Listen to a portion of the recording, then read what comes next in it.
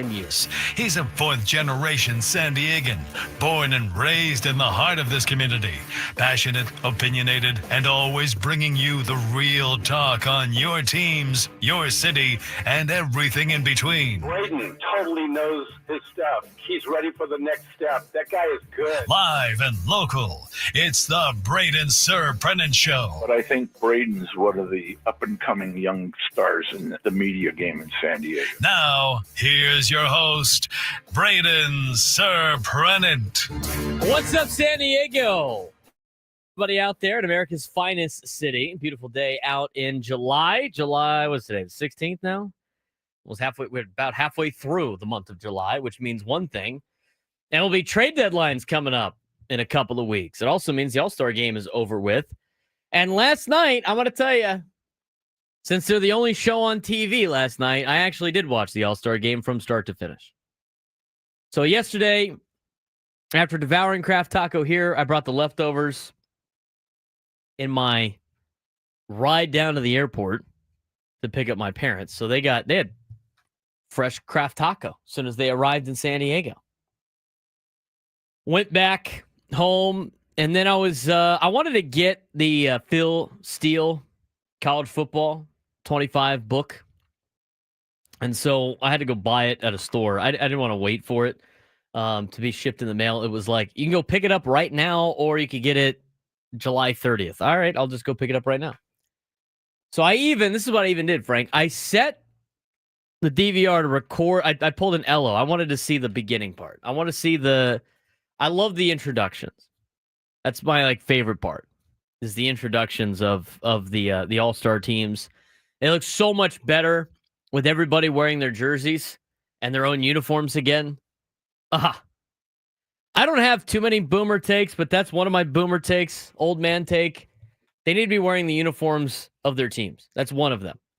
I have a couple other ones from last night's game, and we'll get to those in a second. But I got to watch I recorded the opening portion, if you will, so I could go back and watch the intros. I thought they went a little bit too fast with the intros. The concert in the middle of it, I don't know if I necessarily need to see that again. Just announce the names. Let's keep this thing moving.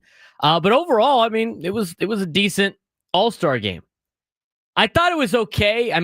It was honestly, as the game progressed, aside from the times that the Padres players were in the game, and everybody played. Every Padre played, which was super cool to see. Not everybody was that great, but it's hard to focus on one game. I thought Jason Adam pitched pretty well yesterday. Fernando with the stolen base, working a walk, did fairly well. Manny Machado had a cool play at third base. He got rung up on the first ABS. You knew that was going to happen.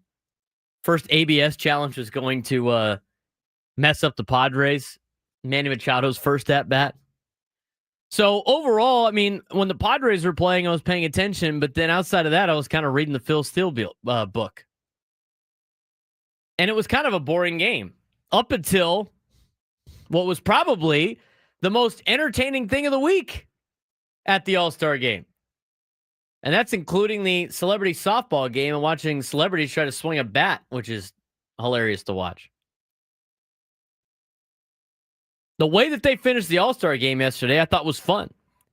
That was the most excited I had been for any of the event throughout the week.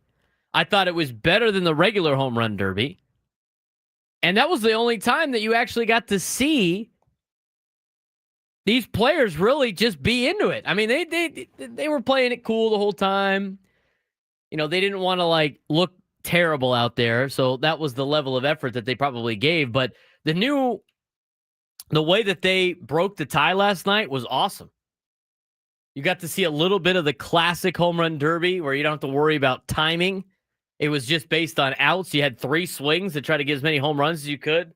So if anybody that didn't see it, what happened was, it's the first time we got to see, I was actually rooting for this. So hand up, accountability. I was rooting against Robert Suarez to give up that lead right there because I wanted to see the home run derby tie. So the last couple of weeks, or last couple of years, they had this tiebreaker. Instead of playing extra innings, which I thought would have been ridiculous in an All-Star game anyway, they decided they were going to do a home run derby to determine the winner. if the game was tied after 9 innings.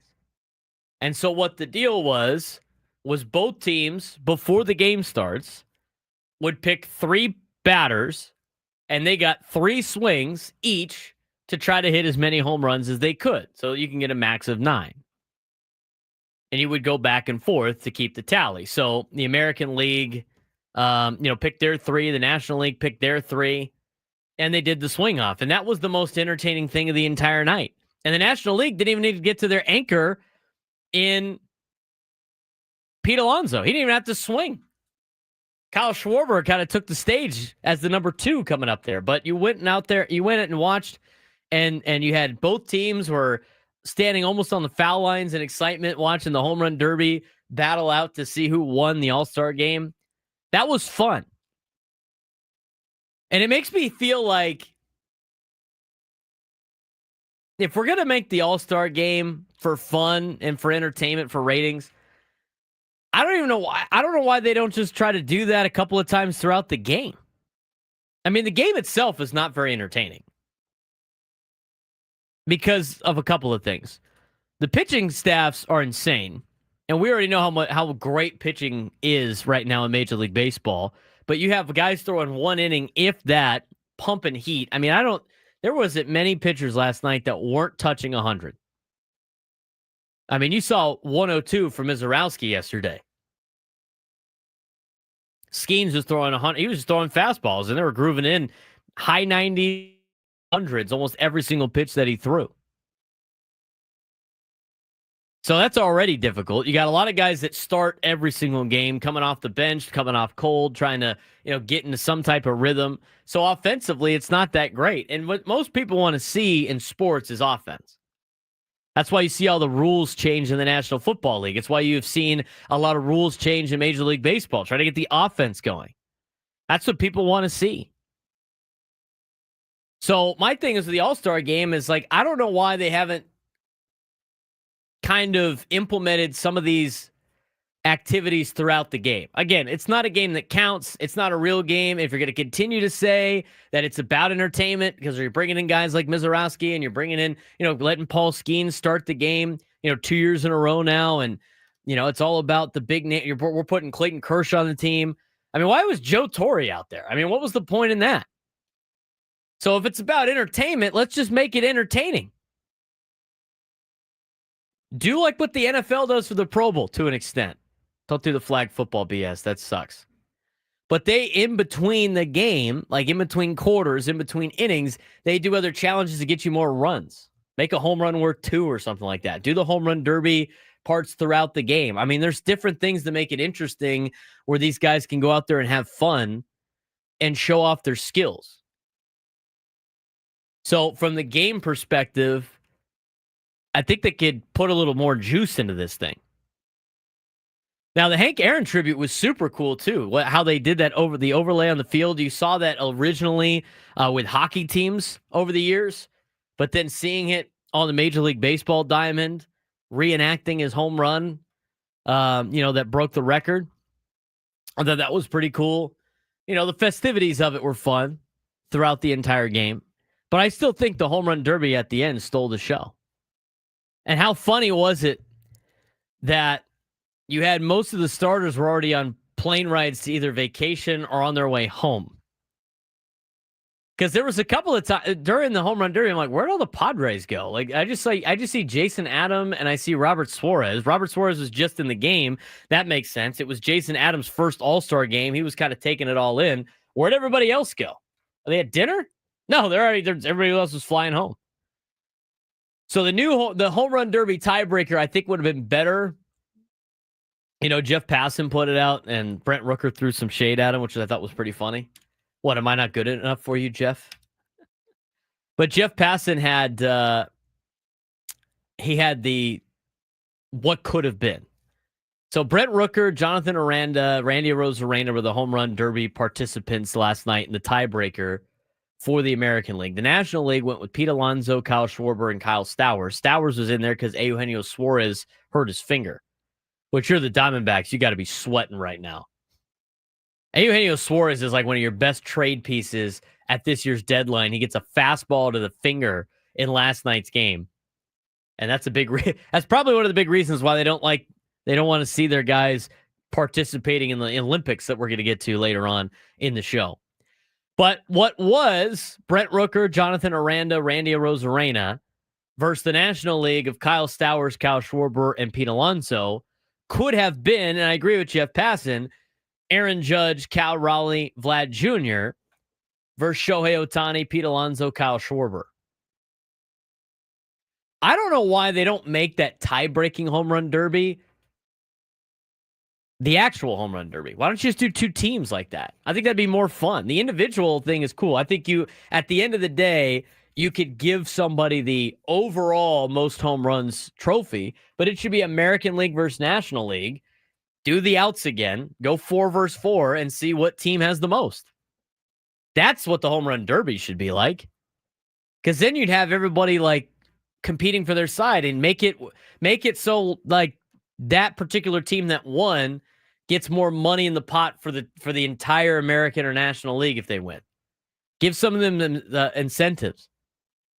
Because the home run derby now that we saw on Monday is more of a show, and people and the players are there and helping out both teams, and they're helping out their friends and everything like that. But it could be fun entertainment back and forth if you did the team event instead. But there's a couple of tweaks that they can make. Overall, I was satisfied with the All-Star game. It was as entertaining as it could have been. The thing I was not entertained with, and I'm tired of getting it shoved down my throat, is the way that they broadcast these games.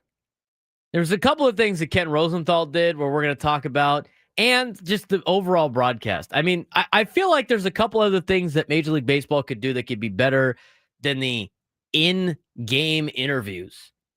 We'll talk about it when we come back. Braden Surprenant Show just getting started. San Diego's #1 sports station, 97.3 The Fan.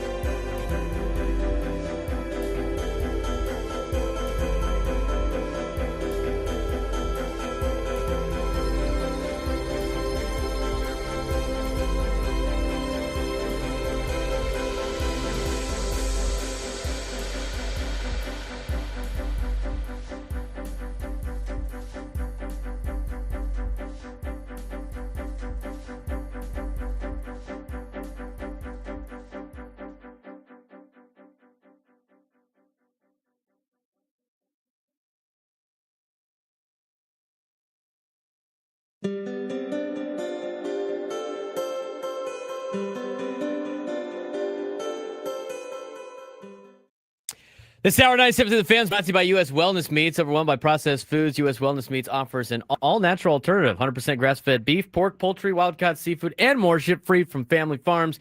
Get 20% off your first order at uswellnessmeats.com. Not a bad option. Talked about that yesterday, trying to find some grass-fed anything around here. Very difficult. Anyway, overall broadcast of the All-Star game yesterday. I thought the All-Star game was fun.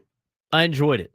The game itself kind of dragged a little bit, but I think it was saved by the swing-off at the end.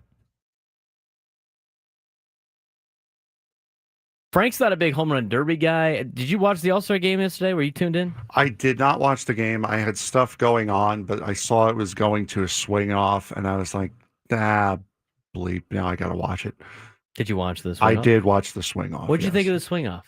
I enjoyed the swing off. I'm honestly happy I missed the game and just saw the swing off. You didn't miss much in the game, let me tell you. I missed a Pete Alonso 3-run jack, though. You did. All started by our boy Fernando. Leadoff walk. Attaboy. I almost yelled at the who takes a walk in the All-Star game? Who takes a walk on league night? Oh, that's why. Yeah. Oh, okay, cool. You know what? I don't need him swinging at pitches out of the zone. Fernando could have challenged one of the pitches he had in his last at bat. He struck out. That pitch was inside. You could tell he was just kind of done. But he could have totally tapped his. He would have won his challenge. Totally would have won his challenge. I think the challenges were 3-3 in terms of like overall success and incorrect challenges. Not bad. It's almost like the catchers know the zone more than the umpires do, right? I didn't mind the challenges. There was the funny thing is this is the first time you get to see this in a big stage. Mm-hmm. One of the players, it was ball four. It was called a ball, but it would have been strike three, and they tapped it. This wasn't the Manny one. They tapped their head, and they review it, and it gets the outside corner by like a smidge, and so they say strike three. I think it was Randy Arozarena. He was like, "Are you kidding me?" And it's the one time that it's probably the only time after a call, him and the umpire are in agreement. Like you're the umpire, like I would call it a ball too, man. But You know what? Hey, nothing I could do there. It's going to bring players and umpires together, this ABS system. Yeah, like, exactly. Listen, man, I gave it to you. I don't know what you want me to do. Like, you can't be mad at me on this one. Could you see that? I mean, it's probably coming. Do you like that? I want to know what people think about the ABS system. I don't mind After it. seeing it, are you in? I mean, it wasn't too much of a delay. You could tell some of the players were kind of afraid to do it or forgot that they could do it. Yeah. Because Stowers was already walking back and he's like, oh, wait, challenge it. And then he missed it by like that much too. I didn't mind it. I loved seeing the reaction of people on Twitter that were so eager to be like, "Oh, I told you so." If everyone said, "Oh, the baseball purists said it was going to take forever to do your cameras out. It was going to take forever to do." No, stop. We knew it wasn't going to be a 10-year process. It's a thing that's going to happen. I don't mind it. I think it was okay. I mean, you want to get it right at the end of the day. I mean, how many times have we seen this year with the Padres just a blatant miss by the umpire that you would have loved to see tap? I mean, the thing is, it's not always going to help you out, right?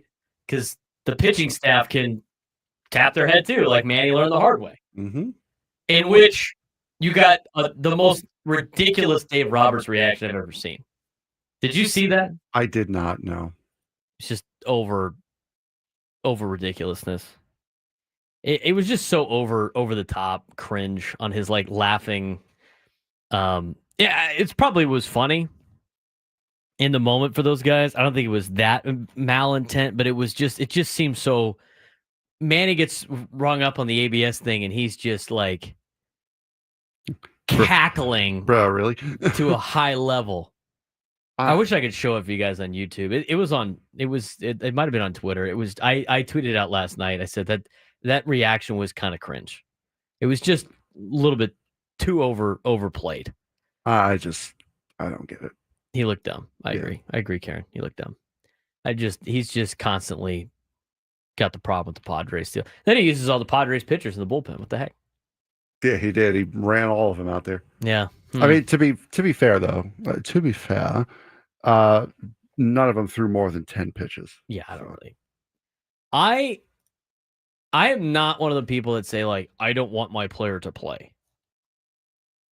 I'm totally in on I want to see him play. And here's why I say that. Because there were so many years before the last 5 years of Padres baseball where you got one All-Star and they hardly ever played. Mm-hmm. And you would just be sitting there waiting for a Padre to get in the game. The Everett Cabreras of the Justin Upton, like just waiting for one Padre to represent the organization, and they would never play. Or they would be the closer left in the bullpen just in case they went to extra innings, and they would never play. I want to see him play. I mean, I want to see him play. I don't want to do the whole we got to make sure they don't. It's going to happen. If it happens, it happens. There's nothing you know what? It's out of your control. I'd rather have them play. So that was from that's the Padres' perspective on that. I thought Dave Roberts overreacted. Can Ken Rosenthal ask a question that's not idiotic? No. I mean, I cannot believe what he asked Mizorowski. I could not believe it. Did you hear that part? No, I did not. I'm kind of happy I didn't, though. He asked how. That's why I sent you the Eric Hosmer Yes, tweet. you did. Yeah, that's the only reason why I knew about it. He asked Mizorowski how he was being received in the dugout since there was controversy about him making the team. That is the dumbest question I've ever heard. Bro. He was getting the only people, and Frank was one of them, but it wasn't at Mizorowski. It was more at Major League Baseball. It was at baseball. The flack that Mizorowski was getting is not from other players on his team. What do you think? They're going to shun him? They don't care. But seriously, it's the All-Star game. Who cares? You see these guys once. You play with them once. They had Matt Olson mic'd up when Mizorowski was pitching. He was like, oh, this guy's coming out of his hand.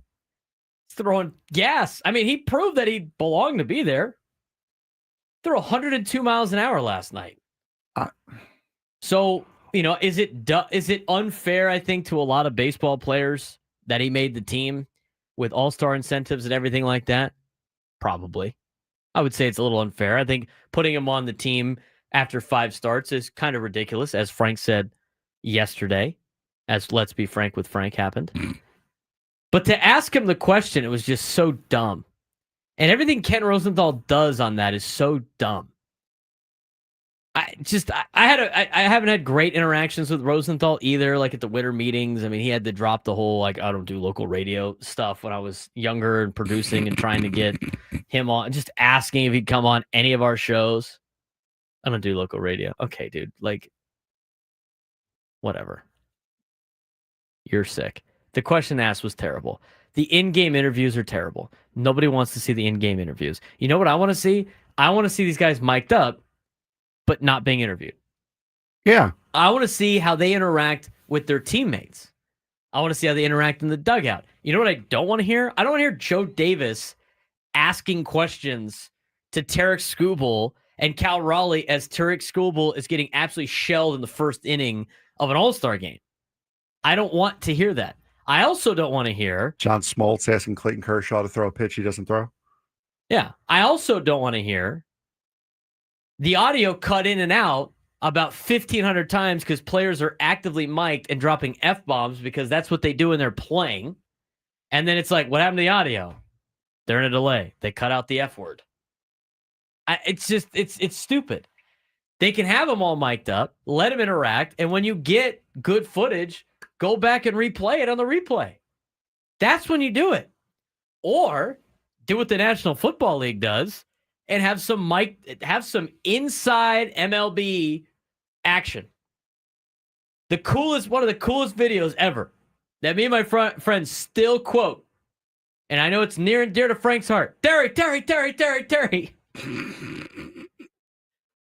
Or Terry Collins and the old Noah Syndergaard throwing at Utley and all that. That is some of the best content ever. And Major League Baseball's like, oh, we don't want to show this. We don't want to show this. We don't want to show this.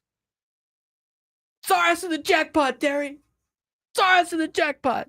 Or that is way more entertaining than interviewing the guy in left field. And we'll talk about NASCAR a little bit later, but you could do what NASCAR did. They put 6 races on Amazon Prime this year.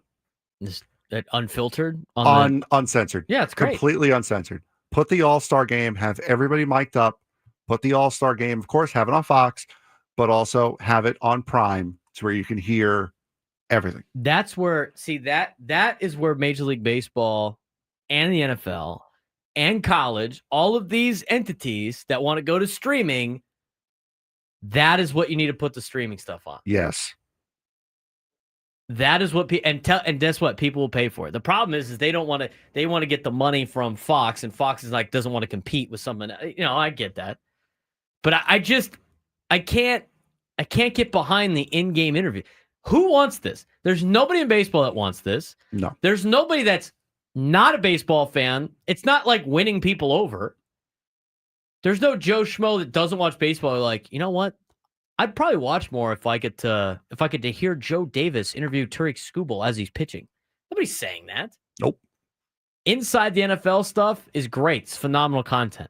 That's why John Boy's videos are so great. You actually get to see what they're saying.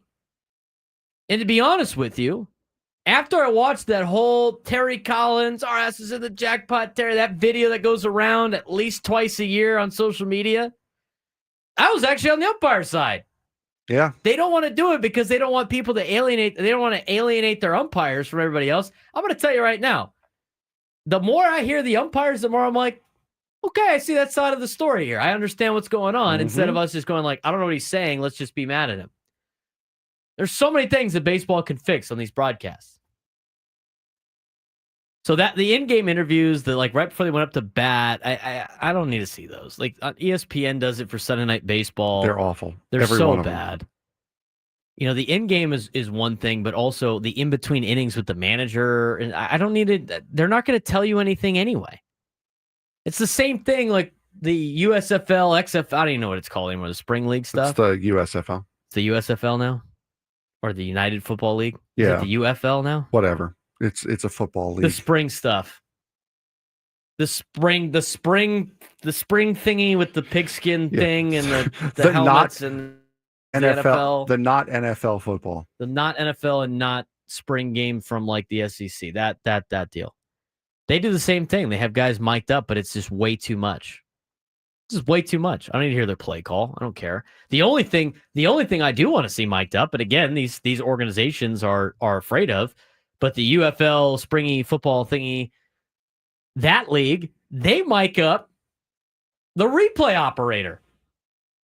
Fascinating. And that all started with the original XFL. Yes. See, that is great. He's like, okay, let's see what this guy has to say. Oh my God. I don't know what is he looking at? What is he talking about? At least you have some transparency.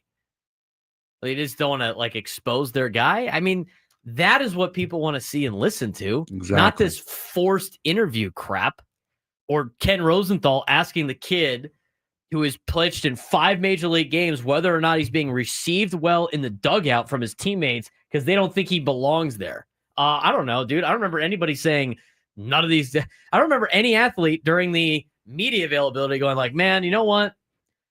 Mizorowski doesn't belong here, man. Doesn't belong here, man. We don't like this guy, man. Stupid question. Stupid question. Let me ask you this, Frank. Yes.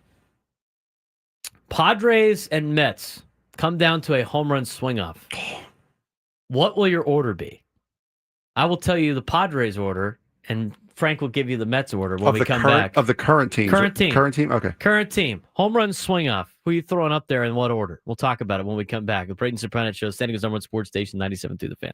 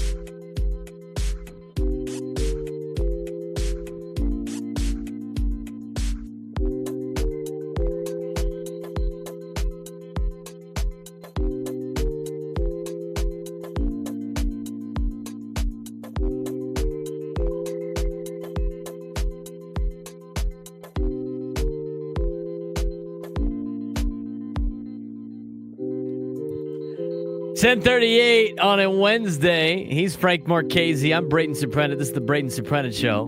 We're on each and every day from 10 to 2. San Diego's number one sports station, 97 through the Fan. We're leading you up to Gwen and Chris today. 2 days in a row, no more Padre games. We got to make it through today, and we got to make it through tomorrow. These are the two toughest days, man, for you baseball fans out there. It's a perfect time to read up on college football and fantasy football. That's why I went to Barnes & Noble yesterday and got some magazines about that. There was other books there. It was like, I'm going to have to make another trend back. I want to get back into reading more. So maybe I could do that during the any free time I have. Which Frank is quickly realizing I don't have a lot of that. Yeah, no kidding, huh? So today at Cathedral, today is our end of our summer camp. Not like the kids coming and doing like camps at the high school, like our football team doing their summer workout program. Mm. And the last 2 days they do what we call what's called Project Crucible. So it's like some military kind of stuff, and it's run by one of our alumni, Connor Sorhan, who after high school joined the military, was in the Army, did a lot of different schools, was deployed multiple times. Had obviously being deployed in other countries and being in combat and everything like that. He experienced a lot.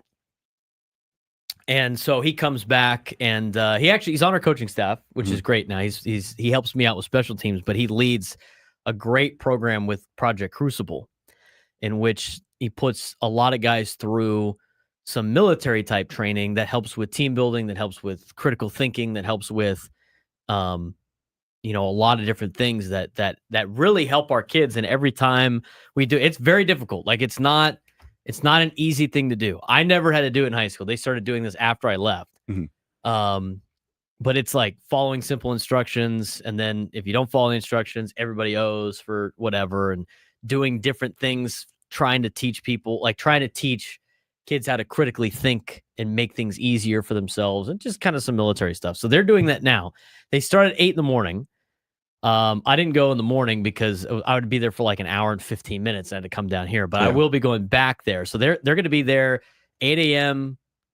from 8 a.m. today through, I think, near the evening on Thursday. They spend the night and everything like that, and at the school and stuff. So it's a pretty cool program that we do. And every year, like the seniors, when they do like their exit interviews with the football team, that's usually the spot where they either come together or like learned a lot from. It really helps us throughout the season. So I'll be doing that for the majority of the afternoon.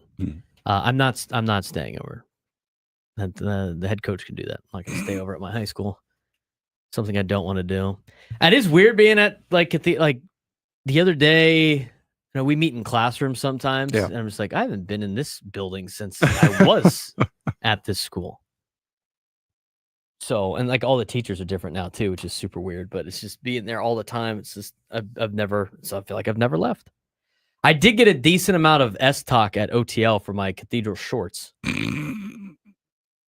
I walked up to watch Brian Juan and Shoddy play. Yeah. Mm-hmm. So we actually had a break. I went to go watch them play, and there were there was girls watching the game, and one of them saw my shorts. And just was like, and this is the reaction every time. It's like, ew, gross, Cathedral. Did you go there? And I'm like, yeah. It's like high school hero. I'm like, I coach there now. That's why I have the shorts. Yeah. I don't just wear my high school stuff around. But it's usually, one of them went to LCC. They went to a Santa Fe Christian or something like that. And I was just like, ew, gross. North County schools. And that goes back to like any hinge that I go on. I usually rely, are you from here? Yeah. What high school did you go to? Cathedral? Oh, God. That's like the reaction every time. Don't. It's all sports related. It's great. Oh boy. It's great. So, yeah, I was ultimate Braden Surprenant fit at OTL. I don't know if you noticed. I did. Cathedral shorts. Yes. Braden Surprenant show shirt. TCU Horned Frogs lid. The upside down hat too. Upside down hat, of course. 833-288-0973, 833-288-0973. We're going to give you our If the Padres and the Mets were tied and they decided to do this after the 10th inning, Frank's managing the Mets, I'm managing the Padres. I'll give you my three members in what order of the Padres for the home run derby face-off at the end. Let's get to Mike and Ramona. Mike, you're on the Braden Surprenant Show. What's going on? Hey, Braden, good morning. Yeah, I agree with you 100%. It was so refreshing to see the players in their uniform and not those, it's something, this is a 90-10 issue at least. I mean, 90% of baseball fans, if you got one player representing your team, like the Oakland A's, you want to see the green and yellow. You want to see your uniform. So I'm glad they went back to that. But what I'm beside myself during the regular season, they need to get rid of this COVID rule about putting the guy on a tie game, putting the guy on second, because so often the Padres, they'll like pop one up. The next guy's, we'll lose bottom line because the other team, when we're on the road, they hit 2 fly balls to the outfield and score a run. Don't even get a hit. And it's just total BS. Nobody likes it. And why are they still doing it? Somebody needs to tell MLB COVID's over. Mike, appreciate the phone call. People like it because they don't want to stay up late to watch the game. I've had this discussion multiple times. I don't care how long the game goes if I'm paying money to watch said game. Because here's the thing. You have the freedom to leave. You don't have to stay. I don't understand the argument against the do I necessarily like longer games? Not really. I don't want every game to be 4 or 5 hours, but I don't have complaints here about this. The only people that are really upset about it, well, one of them is Bernie Wilson, who's coming up later on this show. The guy works every game. So obviously, if you're working games and the game goes super long, your night is getting really long. And you're getting paid. You're being paid to be there. Like, that's your job. None of us out there in this world driving around, even though it's baseball, right? Here's the difference. Like, when you work in sports, you lose a little bit of your fandom because it's a job. It's not, you can't just be a fan. And so for the hardworking scribes up there, it's like, could you imagine if your job just decided to go, it's just, you're going to have to work longer today because of XYZ. That happens to a lot of people and they don't like it, but it is what it is. So all the people that were against the long games were mostly people that worked in the media or the people that worked the games that don't want to be there all day. But for a fan, there's nothing stopping you from going home. If the game goes 17 innings, you can go home. You can leave. You've already gotten your 9 innings worth. You can go home. If you're watching on TV, you don't have to stay up to watch the entire game. You can turn it off. That's why I don't get the whole long narrative.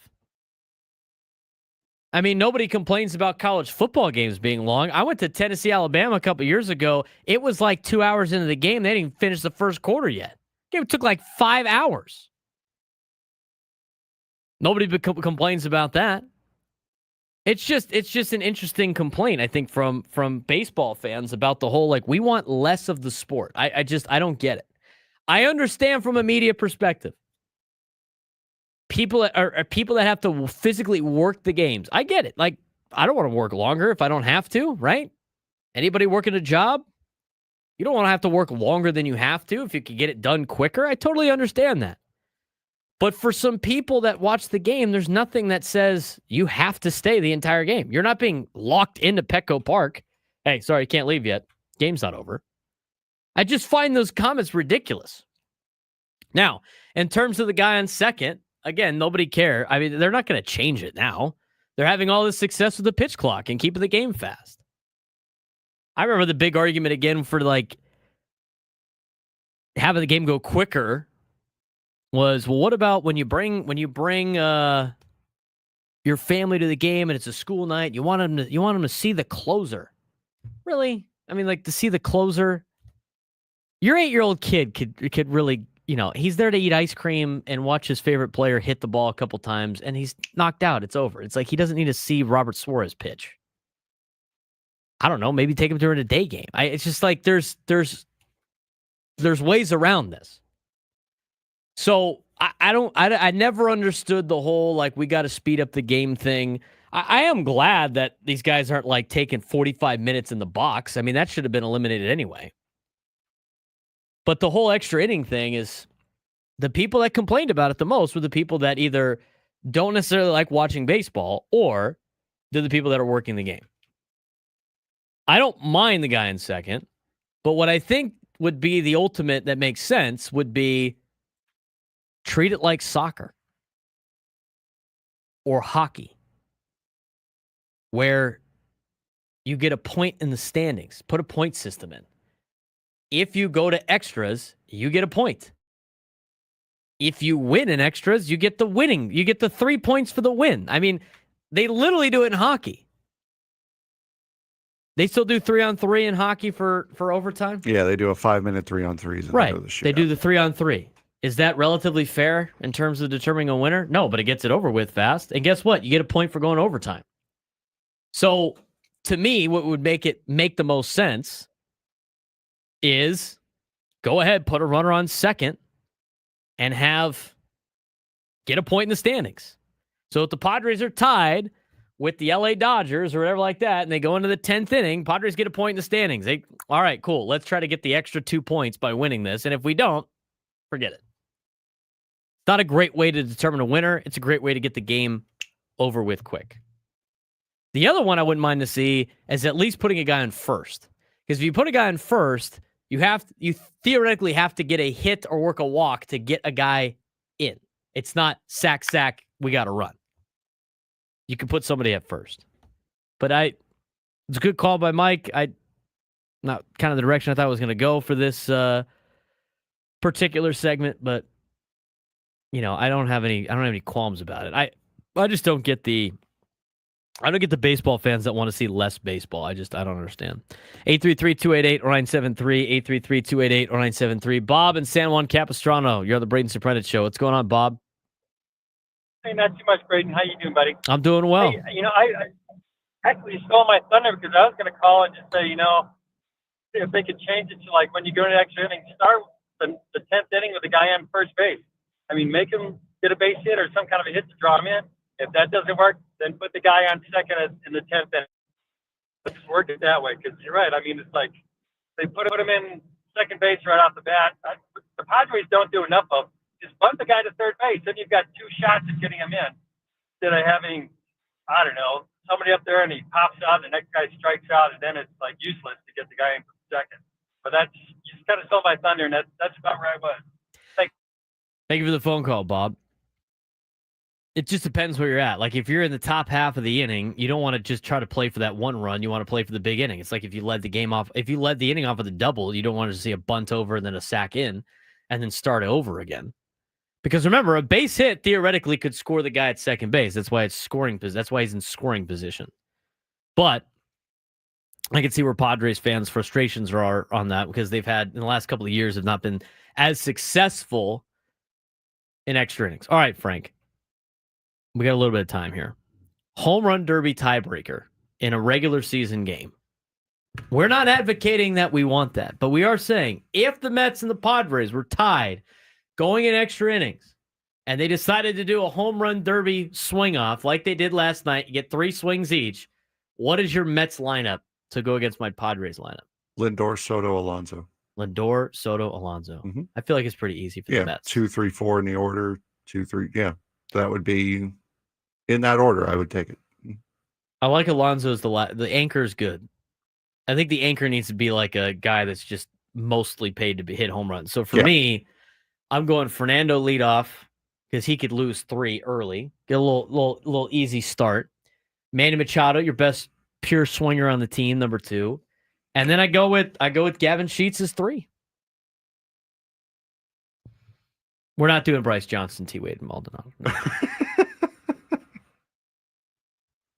That was just too good to pass up. That was great. Well, yeah.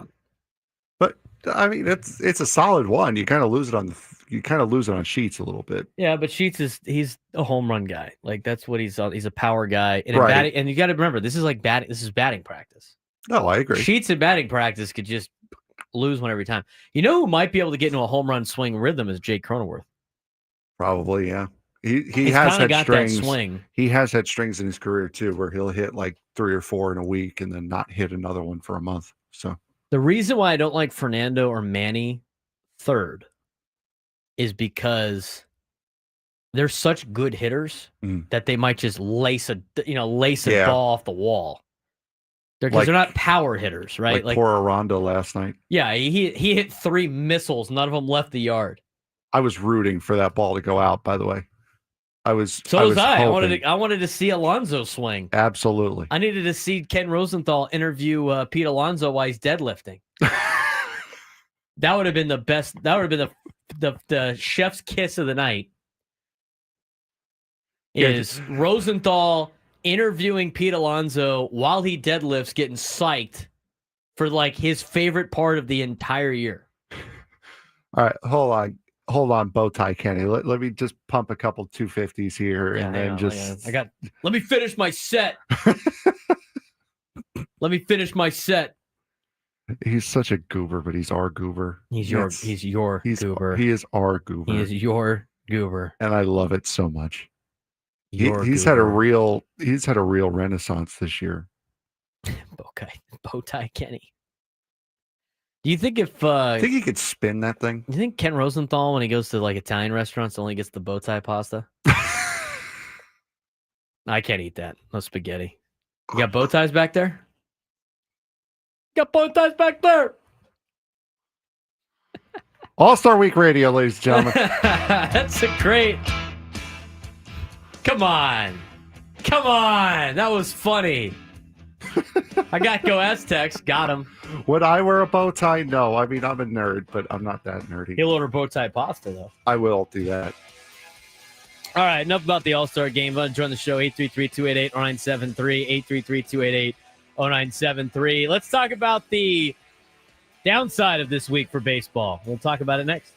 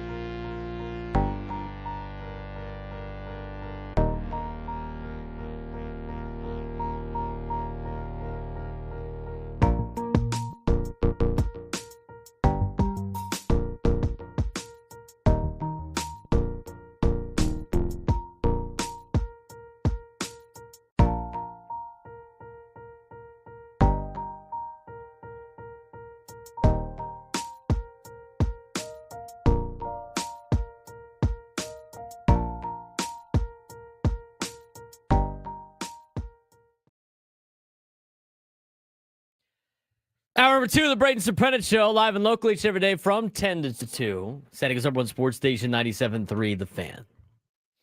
Bowtie pasta. Got him. I don't know what was funny, the bowtie pasta Ken Rosenthal joke or the him interviewing the deadlifting Pete Alonso. Like I said, I get one good joke a month, and I just shot it right there. I thought the memes last night were hilarious for baseball. Oh, they were incredible. They were so funny. So funny. Was it run support for Paul Skeens in the last 3 games? One last night, 2. I don't blame the Padres bullpen last night, who, aside from Adam, didn't pitch well. I mean, Morejon didn't get an out, and then the Giants guy that came in for him, Rodriguez, gave up the bomb. Unfortunately, Morejon's got an infinity ERA in All-Star games. And then Robert Suarez, well, kind of looked like Robert. You've seen Robert Suarez look like a lot. Can't limit damage. And so he got knocked around a little bit, but I don't blame them anymore. Paul Skeens started the game. When Paul Skeens starts games, his bullpen gives it up. He was in line to win the game yesterday. Lost it. Those are funny. American League fans tweeting about, I never felt bad for the Yankees until Aaron Boone became my manager tonight. Have you seen that Twitch streamer Little Man? He's an Angels fan. No, I have not. So this guy, huge Angel fan, streams MLB The Show all the time. I was gonna say I'm not on Twitch, but apparently right now I am. So. He tweeted, I have had Brett Boone as my manager for 7 innings. Yes, I saw this. I completely understand why Yankee fans are always so angry. I saw another one. It was like, Aaron Boone even screws up the home run derby contest. Yes. Mismanaged the home run derby contest. It's big events lead to like the greatest memes ever. I mean, there were some other ones I sent you. Dave Roberts mismanaged a 6-0 lead. It was awful. Jonathan Aranda with the All-Star game on the line. It's a picture of Austin Hedges in a playoff game plan for the Guardians against the Yankees. He looks like really concerned. Somebody else posted like Jonathan Aranda, and it's all like the last out of a playoff game or like a World Series game. All the batters that like struck out or rolled over. So funny. Adam Paul thinks we're being serious about Aaron Boone mismanaging the home run derby. It's the joke. That's what the joke was. Dave Roberts mismanaging a 6-0 lead, though. He mismanaged. And you know what? He mismanaged the bullpen. Last night. Hilarious. Those were some of the funny moments of this All-Star week. Here are some of the serious ones. This is not funny. This is absolutely not funny.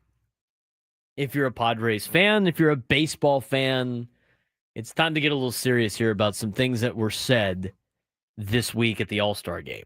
Like we usually get for any Major League Baseball events, you get interviews with Rob Manfred, scrums, you get interviews with Tony Clark, San Diego native, and the MLB Players Association executive director.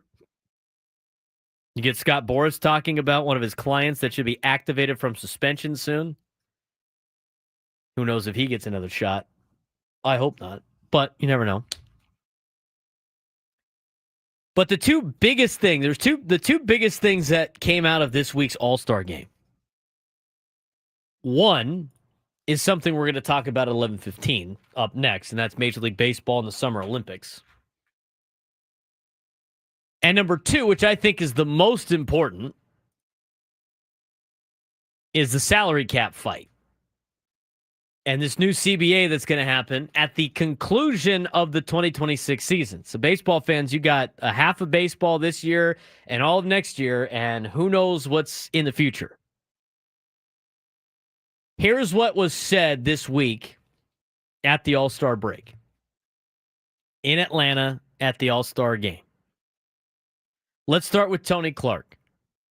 MLB Players Association Executive Director Tony Clark forcefully rejected the idea of a salary cap, calling it, quote, institutionalized collusion and a ploy to protect owner profits and franchise values, not to improve the game or competitive balance. His comments came just before the All-Star game as concerns grow about a looming labor clash when the current CBA expires after the 2026 season.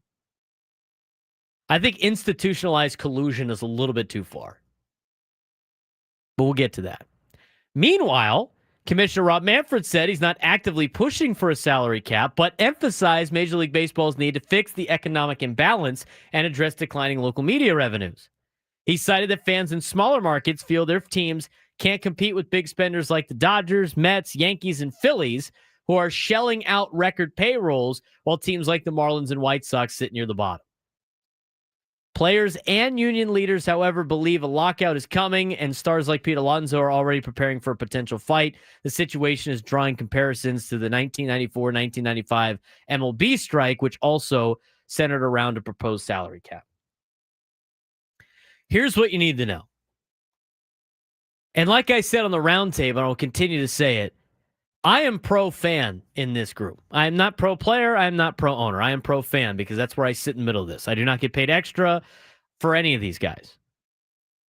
You have $100 million millionaires versus billionaires in a collective fight. There's really no reason to pick a side. You're not part of either side. But the side I pick is the side that's in the middle, and it's for us fans here. What is the best for Major League Baseball moving forward to making the most competitive game and most watched game? You have to understand things from an entertainment standpoint. This is a league that could highly benefit from three things. A salary floor, which owners of the small market teams don't want. So here's where I draw the line on the ownership thing.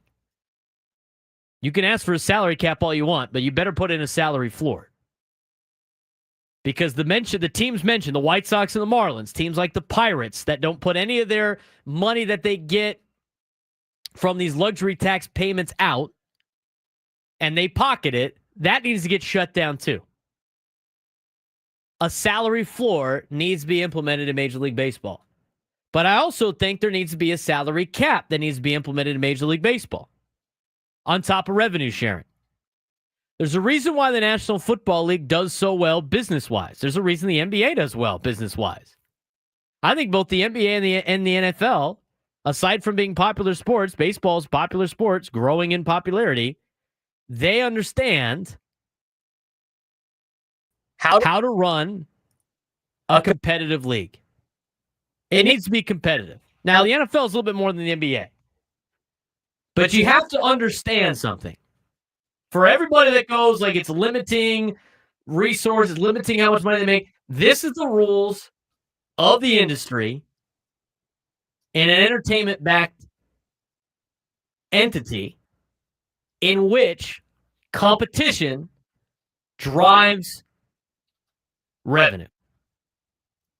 You need everybody on an equal playing field in order for it to be competition. This is not like any other industry. It's not. And here's where I ask the question, because a lot of people go like, well, I'm on the player's side because they got to be able to make their money and they're not making as much as the owners and everything like that. Here's where I got to ask the question, though. I don't mind that.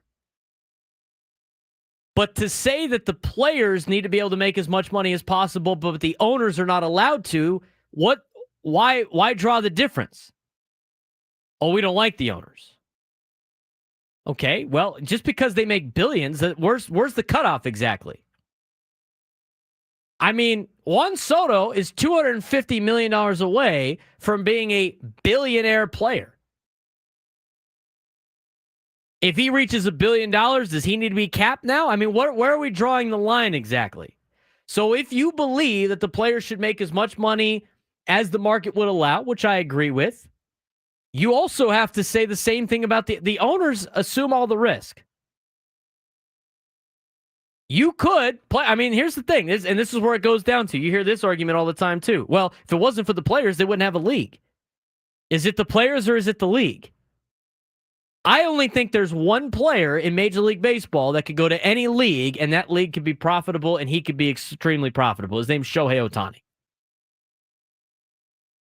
That's it. I think you see the same thing kind of with Live Golf. I mean, Live Golf bought a bunch of players. They bought a bunch of the best players in the golf world, and nobody watches because there's no connection to it. You want to talk about risk? The players don't have to play in the league. They could start their own league. They could literally start their own league, and then they can make it whatever they want. But now all of a sudden they'd have skin in the game, and now it would be a risk. That's what I talk about when it comes to risk.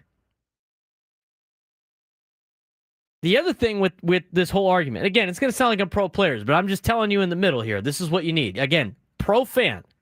Salary cap, salary floor, revenue sharing. Make the league competitive. The other point with some of these, arguments about no salary cap, no salary, it's just the way that you look at Major League Baseball as a whole. And you look at how these players, make their money and everything like that. A salary cap is not going to prevent players from making what they're worth. The salary cap keeps the league competitive. And so the question is like, well, Juan Soto, if he's a $750 million player and the New York Mets already spent, then he's looking at playing in places he doesn't want to play. Well, you know what? That's how it works. And the last thing I'll say about this, because it happens in every walk of life, and we all do this. The job that eventually became the job that you thought you did not get paid enough for, when you signed on to do said job and you were getting paid that money, it was okay when you signed on to do the job. The value sufficed for you. That's why you said yes to said job. And then over time, if you didn't get promoted or if you're still working the same job, right, and you're still working the same amount of money, you start getting irritated. Why am I not making as much money? At one point, you thought that was enough. So for every guy like Juan Soto, right, and I'm using him as an example because he just made the most money, there's a guy like Jackson Merrill where the 100 and whatever million dollars he got was enough for him to play a child's game at a high level. That was enough for him. So let's just say the owners, if you're the player and you decide to walk, I believe I deserve more. That's fine. But there's going to be somebody else that is willing to do that certain amount of money. That's what happens with all these jobs. That's what a free market is. You see it in the world in all sorts of the jobs that suck. If they doesn't pay a lot and it sucks, people don't do the job. And so the money increases until you get to a point in which somebody goes like, you know what? That might be worth $250,000 a year to me. I will do it. That's where you're at with this. I don't believe the whole situation where the players are getting screwed out of this deal. I think the owners need to spend more money on the bottom half. I think that's where the owners are wrong. I think the top players are the ones that are complaining probably too much about how much they make compared to the guys at the bottom. I mean, they could say all they want about how they are arguing for the guys that are making $750,000 a year, but that's not really the case. But we're talking about everybody in this conversation, players and owners, are all in the top 1% of earners in the United States. So the salary cap and kind of crying about the salary cap thing like it's screwing over the players, I think is ridiculous. It's a league that needs to be built on being competitive and getting people to watch. And with teams being super teams because they can spend all the money, is not going to lead to more fandom of teams all over the country. It's not going to lead to more fan engagement. It's not going to lead to higher levels of money.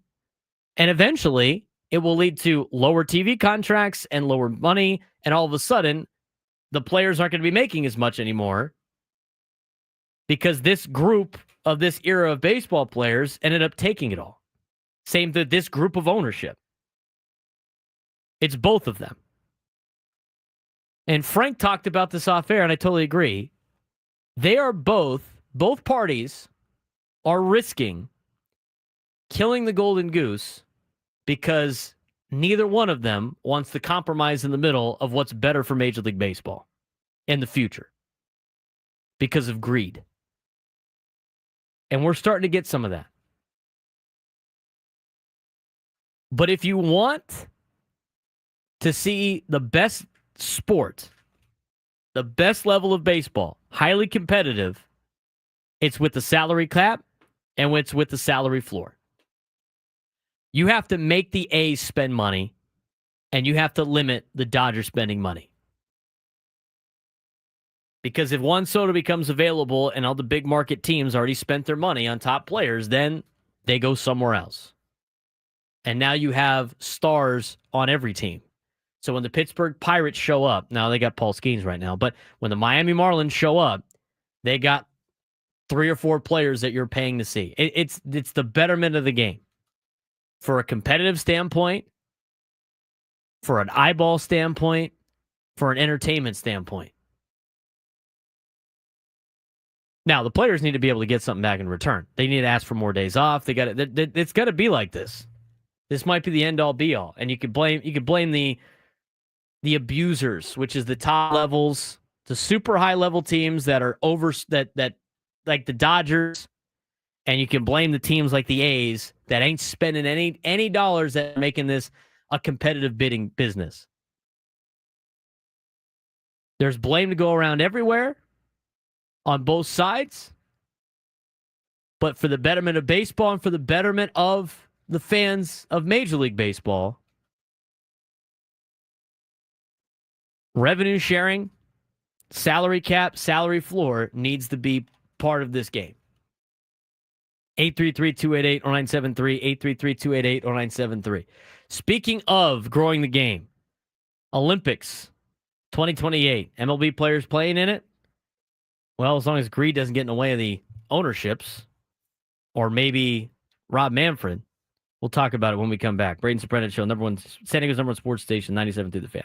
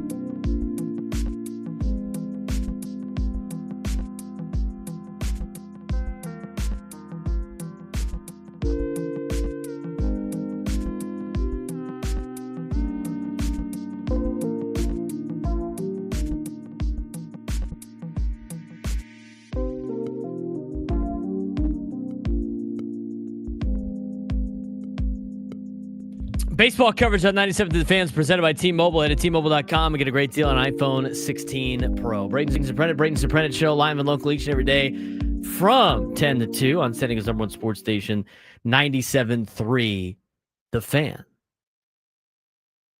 He's Frank Marchese. I'm Braden Surprenant. Let's talk about the other thing that was going on when it comes to Major League Baseball this week. That was the potential of allotment or allowing of players to participate in the Olympics, which I think a lot of fans would be in on. Be fun to watch these guys compete for their countries. Get to see it in the World Baseball Classic. We had nobody's geared up in the middle of the baseball season. Everybody would be geared up. There's been some push to potentially have the World Baseball Classic in the middle of the baseball season. So, with the Olympics in 2028 being in Los Angeles, making it a lot easier logistically, could Major League Baseball allow players to play in the 2028 LA Summer Olympics? Here's what was said about that. MLB Commissioner Rob Manfred said Tuesday that the league will not cancel the 2028 All-Star Game to make room for the Los Angeles Olympics, despite growing calls to showcase major leaguers on the Olympic stage. However, Manfred is open to working with LA 28 organizers on a compromise schedule that could allow MLB stars to participate in the LA-based Olympic baseball tournament while keeping the All-Star Game in its usual mid-July slot. Manfred noted this would only apply to the 2028 LA Games and not future Olympics like Brisbane in 2032 due to travel and scheduling being complex, obviously. MLB has historically avoided Olympic involvement due to its unwillingness to pause the season, sending only minor leaguers and amateurs. Should MLB allow players to play in the Olympics? I think they should. Should they skip the All-Star Game in 2028 to let stars play in the Olympics? Is an even better question. What did the NHL do a couple years ago, Frank? Well, last year they did the Four Nations. But before instead that, of the All-Star Game. But before that, when they allowed these guys to play in the Olympics, what did they not do? They did not do the All-Star Game. They didn't do the All-Star break. They didn't do the break. They did a longer break. Yeah, they did. For yeah, they the shut Olympics. They're doing the same thing this year too. They're shutting the league down for the Olympics, and then when the Olympics are over, they're starting it back up. Schedules just came out today for the NHL, I think. How long are they out for? Like 3 weeks? Yeah, 2.5, 3 weeks. Right in the middle of February. See, this is the stuff that I'm talking. This is again, I made it sound like I was pro owner in the last thing. I'm pro fan. To me, it would be better if they allowed their guys to play in the Olympics, or even better yet, now if they want to keep the money, it's about money, right? It's always about money. Mm-hmm. Everything in this world's about money. If it's about money, and Major League Baseball, obviously, they're not getting any scratch in the middle of the summer from the Olympics. They should they should have the World Baseball Classic once every 4 years and shut down for that. That for 3 weeks, and they get to host it all. That's what they should do. But to me, the one that makes the most sense, if they want to give it a shot, like I think they can use the Olympics to give it a shot to see what it's like. Absolutely. It's in Los Angeles. It's for like 6 days. Shut down the league for 2 weeks or whatever it is in the middle of July. And let the players play in the Olympics and see how it goes. And if it goes well, then you steal it, basically, by doing the World Baseball Classic, like the NHL just did. And you run it that way. And guess who's making a ton of money? MLB is. Because you could have all of the pools in the United States at MLB stadiums. In July, it doesn't really matter too much about weather. I mean, you'll have rain delays in some places, but every stadium's available to host. You can rotate them if you wanted to. And you could do the entire tournament in the United States. Then you miss like 2 weeks, maybe 3 weeks in July. I honestly think Major League Baseball, if they ran it, could probably make more money in that than in the All-Star Game. 100%. 100%. It would bring in more revenue from just viewers. I feel like it would bring in more revenue. because again, the draw of the All-Star game is okay. You see the best players all playing together. The draw of an international tournament is you have the weight of a nation behind you pulling for you. That is what draws. It's just to play. You just to see a group of guys play together. That's okay, whatever. Especially with trades and free agency, some of these guys you never thought would ever play together are playing together now on a day-to-day basis. Frank and I don't see the books, so we don't really know officially. But I have a feeling that there's ways to make money on this. 100%, 110%, and they're going to be playing hard. And people are going to watch, and it's not going to be gimmicky, right? It's not like you need to turn everything into Savannah Bananas. You'd be locked in. I just feel like it's a miss by baseball on this. 833-288-0973, 833-288-0973. When we come back, how's Leo DeVries doing in High A Fort Wayne? There's another player down there that's doing really well, too. We get an update on how the Tin Cap seasons has been going. The first half, starting the second half, as their broadcaster Jaden Taylor joins us on the Braden Surprenant Show. We'll do that when we come back on San Diego's #1 sports station, 97 through the Fan.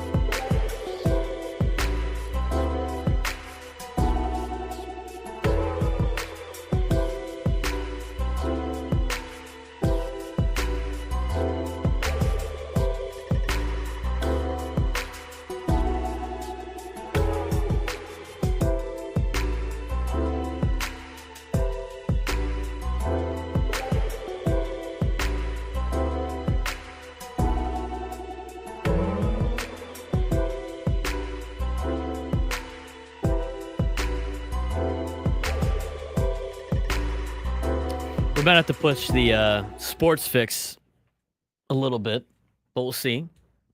He's Frank Marchese. I'm Braden Surprenant. Thanks again for tuning in to the Braden Surprenant Show, live and local every day from 10 to 2 on San Diego's #1 sports station, 97.3 The Fan.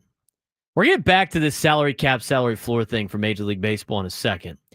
But as we've been doing all week, we're updating you on what's going on in the minor leagues. First half of the seasons have all been completed in the minor leagues, and most of the minor league teams in the Padres organization have started their second half. We talked about the Chihuahuas and the Missions the last couple of days. Today, it's the Fort Wayne Tin Caps, the high A affiliate of the San Diego Padres, which has the #1 prospect in the Padres organization as a member, and Leo DeVries. To talk more about the Tin Caps and how the first half of the season has gone, we go to Jaden Taylor, who is the Fort Wayne Tin Caps broadcaster at the Cronkite School at Arizona State. Jaden Taylor joins us now on the Braden Surprenant Show. What's going on, Jaden? I'm doing good. I appreciate you guys for having me on. Appreciate you having the time to join us today. We really appreciate it. There's a lot of stuff we got to break down, obviously, with the Tin Caps, but overall record kind of hanging around there up there in Fort Wayne. What was the first half of the season like? I think overall the first half was, kind of growing and figuring out what this team could be with, a couple of different early changes. Pitching staff has been great. It's been a consistent theme all season long. The bullpen has seen some great names. I'm sure you already heard about Tyson Neighbors a little bit, with him being now up in Double-A. San Antonio was arguably the best closer in all of High A and was a bunch of fun to watch. There's some good moments. There's some weaker moments, but I think this team has a grit that is unlike any other in the Midwest League right now. It's a big reason behind a 28-year-old manager that's one of the youngest in all of minor league baseball, Lucas Ray. Obviously, the biggest player in the organization for the San Diego Padres, the most exciting player I think Padres fans are waiting for, the 18-year-old, plays shortstop for you guys in Fort Wayne. His name's Leo DeVries. What have you seen out of Leo DeVries that has been able to wow you each and every night? I think going into the season, the biggest thing you heard about him, the freakish athleticism, the basketball background a little bit, allowed him to play so easily up the middle at short. The biggest thing that I heard from scouts and everywhere else going into this season, people with the Padres, is just the ability to understand the strike zone is otherworldly at the age of 18. I think he understands what is a ball, what is not, as a pro guy would be 15 years into his veteran career. It is insane the amount of times you'll see him down an 0-2 count and find his way full, either work a walk or find some big hit out of it. He truthfully takes what the game gives to.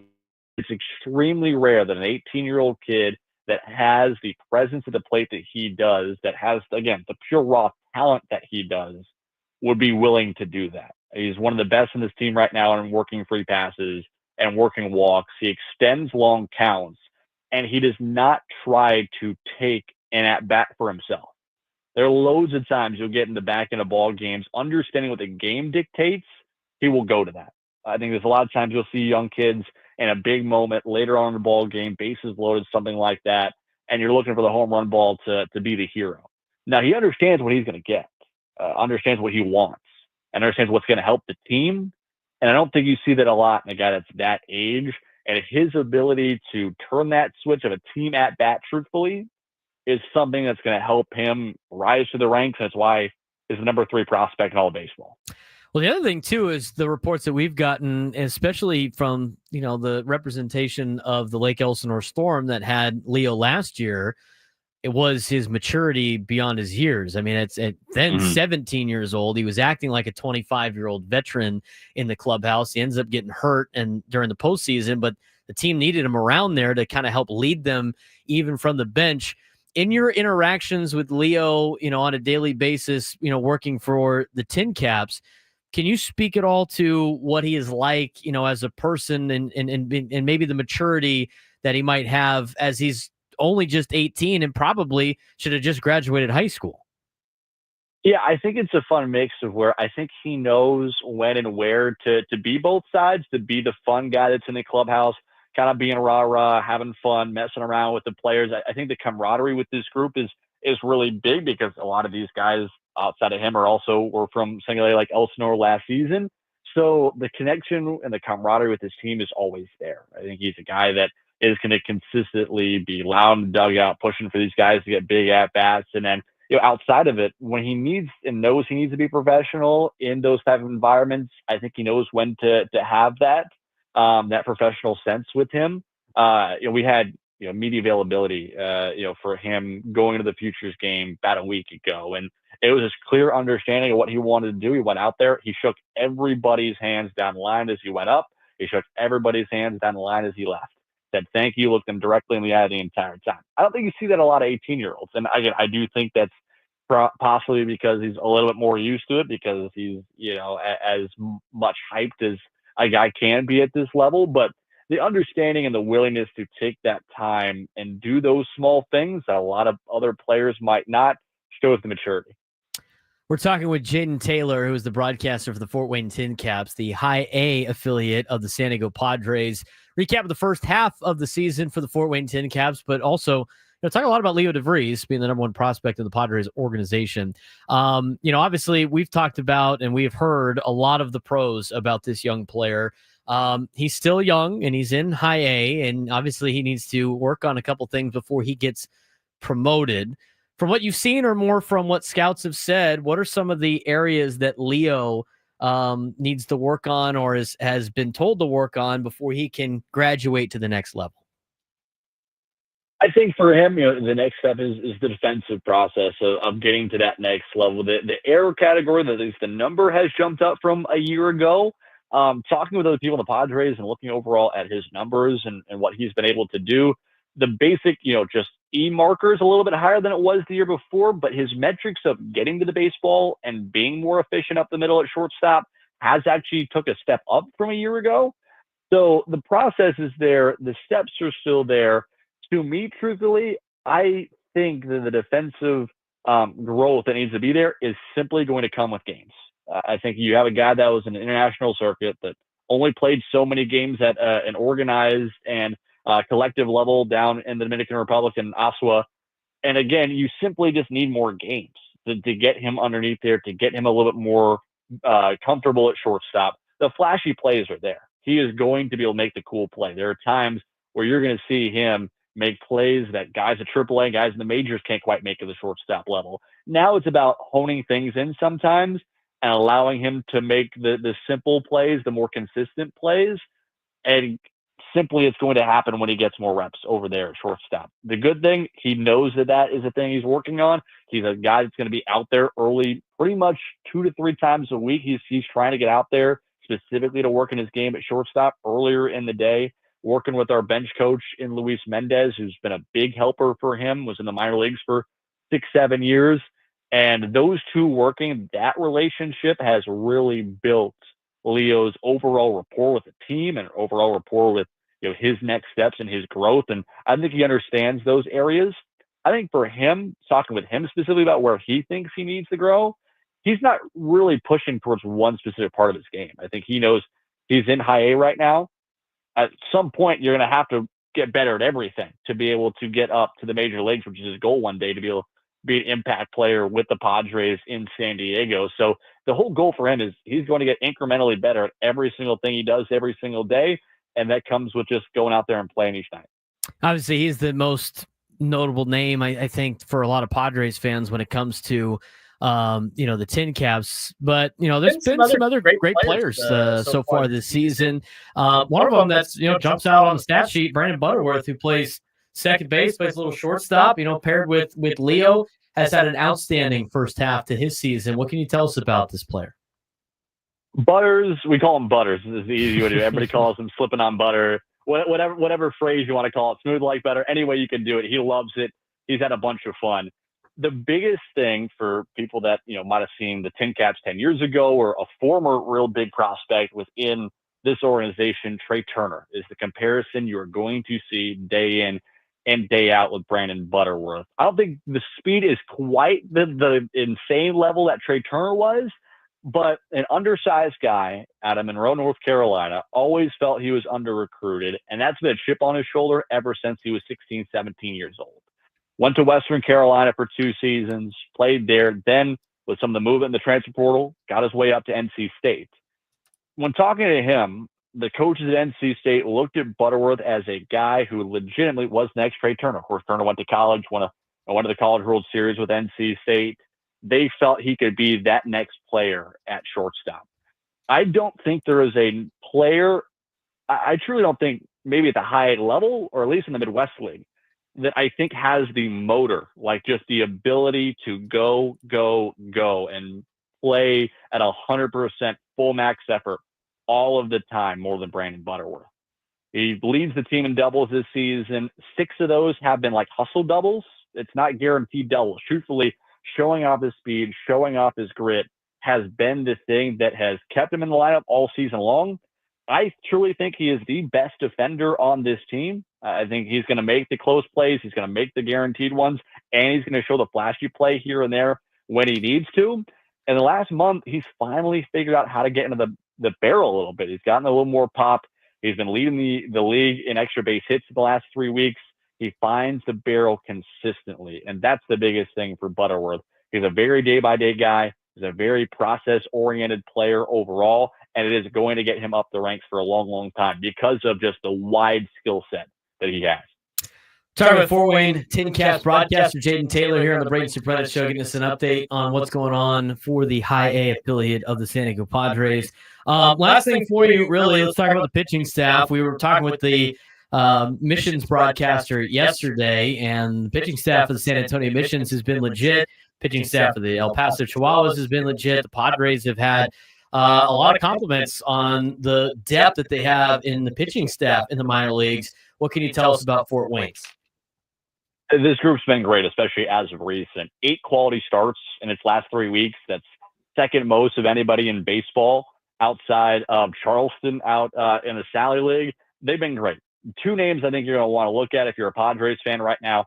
Garrett Hawkins is one of them. With Tyson Neighbors being moved up, Garrett Hawkins has moved into our closer role. He's not allowed to run in his last 27 straight innings. It's the longest consecutive scoreless inning streak in all of baseball, majors or minor leagues. 21 straight outings. He's not given up a run. He's been great. The biggest thing was he's coming off of Tommy John surgery, hadn't pitched in 700 plus days, and moved to the bullpen from initially being a starter role. He's 6'5", big guy. Durability is going to be the thing for him, and he's had no injury issues initially coming off of TJ, which has been a great thing for him. It's been a fun story, and he's always calm and collected. A guy that I think is going to be the highest potential, highest feeling guy that you very well could see at the major league soon, Miguel Mendez. Just got called up about a month and a half ago from single A like Elsinore. Mendez has been absolutely incredible. 3-pitch mix, fastball, a slider that kind of works like a slurve here and there, and then adds in a changeup. And since he's got moved up, he's got an 0.95 ERA in his last 5 outings. Fastball has touched triple digits 9-10 times this season. He's consistently around 95 to 98. He'll touch 100, usually in the middle innings. But he is going to be sometimes at his best in the 6th or 7th frames.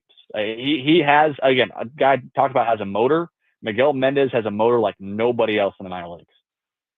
Jaden, I appreciate the time, man. Well, large wealth of information that we just got on the High A Tin Caps. I got one favor to ask you though. I need you the next time you see Jack Costello to tell him I said what's up from our days working with USD. Jack Costello's my guy, so tell him you're on my show. Ask him how he's doing. Let him know that the San Diegans are watching his at bats closely. Will do. Jack will love it. Appreciate it, Jaden. Jaden Taylor, Tin Caps broadcaster, joining us on the Braden Surprenant Show, giving us an update on the Fort Wayne Tin Caps, which was good. A lot of great information. I mean, this is the stuff we're talking about with some of the players that the Padres have that are respected by other organizations. You know who's not listed on the top 30 prospects right now on the San Diego Padres page? Brandon Butterworth. He's got comparisons to Trey Turner. He's outplaying Leo DeVries statistically across the board. There's players down there. There's really good players down there. We got some time, Frank. You want to let me move get it to the back. sports thread? Let me move it back into place here, and then I can say, hold on. I got to keep saying hold on here because I Hang didn't on. press the move button. Now we press the move button again, and now I can say, You know that group chat, the one that's always blowing up with the biggest sports takes, debates, and breaking news? You got barbecue back? You didn't invite me? Yeah, we've got that too. Welcome to the Sports Thread, where we break down the top 5 stories in sports, just like you would with your crew. Oh no! Disaster! What a bad idea! No filters, no silence, just real talk. All right, Frank, what do we got today? all right, so we've got to start off with Number 1. that would be the NBA. Speaking after the NBA's Board of Governors discussed the topic of expansion at a meeting earlier this week, Adam Silver said yesterday that the dialogue about whether to potentially add teams to the league will continue with additional research. Silver said that the process would be led by 2 existing subcommittees of the league's governors. The combination of the Advisory Finance Committee, which is primary jurisdiction over expansion, and the Audit Strategy Committee focused on financial elements. Last month at the NBA Finals, Silver said expansion, quote, will be on the agenda to take the temperature of the room. I can't see. Seattle has to be one of the 2 teams that comes back, but I can't think of an East Coast team that you could expand with to keep the leagues even. They'll find somebody. Well, they'll just, Milwaukee's in the West, right? I mean, look at the map. No, Milwaukee's in the East. Oh, they're in the East. Yeah. Yeah. They're I in mean, the Eastern look at a map. There's probably some teams that are probably borderline, probably better to be in the East than the West. They'll figure that part out. I just think, or Stan Kroenke, give him a call, tell him the new arena you're building needs a tenant, and let's roll. And everybody's gonna be like, well, what about the Lakers? What about the Clippers? I'm just saying. I mean, this is where you're gonna get. You got to get your ducks in a row. So when teams talk about this, and leagues talk about this, you're like, we have a facility, we're ready to roll. Like, let's do it. Let's make a phone call and have them say no. They could move somebody over there to the from the West to the East. There's no team in Charlotte anymore. I know the Hornets. No, the Hornets. The Hornets are in Charlotte. Yeah.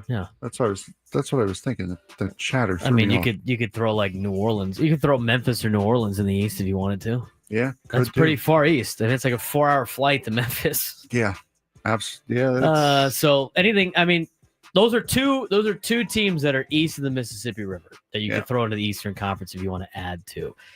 Yes, get Stan Kroenke involved. I already knew somebody was going to say this. Oh, he owns the Nuggets. His family wants to own teams. The Kroenke kids and nieces and nephews and cousins want to own teams. They're with the Walton family. Mm-hmm. Kroenke's going to keep the Nuggets. Why do you think he bought the property in San Diego? You don't build a building to house a team. You build a building to get a team to come in. Mm-hmm. The building has to be there first. Yeah. Number 2. Last one we're going to have time for. There aren't too many questions on the state of Scottie Scheffler's golf game ahead of the Open Championship at Royal Portrush. But that doesn't mean that the world number 1 has all the answers. Speaking ahead of the final major of the season, Scheffler delivered a 5-minute answer questioning the short-lived satisfaction of winning golf's biggest tournaments and whether a true sense of meaning can be derived by hitting a little white ball. It was a rare introspection to see from an athlete at the top of his game, particularly one who has dominated an individual sport like Scheffler has over the last few seasons.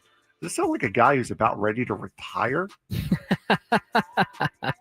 I mean, if you're questioning why you are doing what you're doing, that's a pretty good telltale that you need to get out of it. Yeah, 100%. I mean, maybe he's done. He's done everything he needs to do. He's just ready to move on.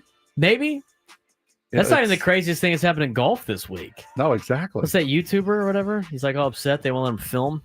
Oh no! Did you see that story? Oh no! A league isn't going to bend to a social media influencer. Exactly. Oh no! What a nightmare! Have you ever covered a PGA Tour event?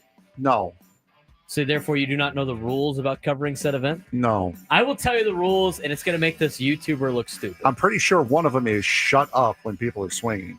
Yes. There Well, you go. that, but also there's broadcast rules. They're very strict in the PGA Tour. We'll talk about it in the lunchtime hour. When we come back, Braden Surprenant Show, San Diego's number one sports station, 97.5 The Fan.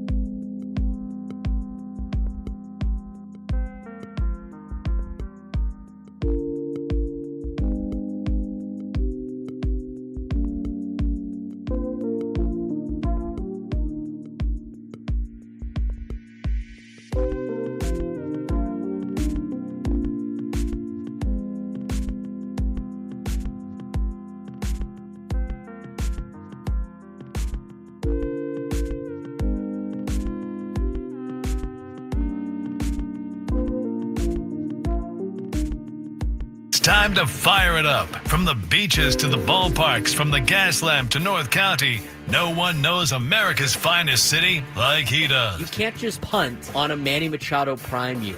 He's a fourth-generation San Diegan, born and raised in the heart of this community.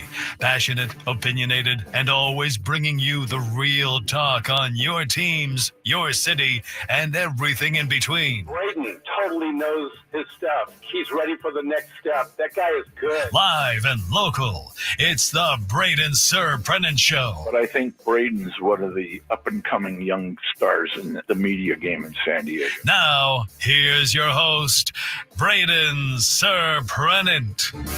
During lunchtime hour on 97 to the Fans, presented by Craft Taco. Both flavors at 2 locations, Sorrento Valley and inside Balboa Park's Natural History Museum.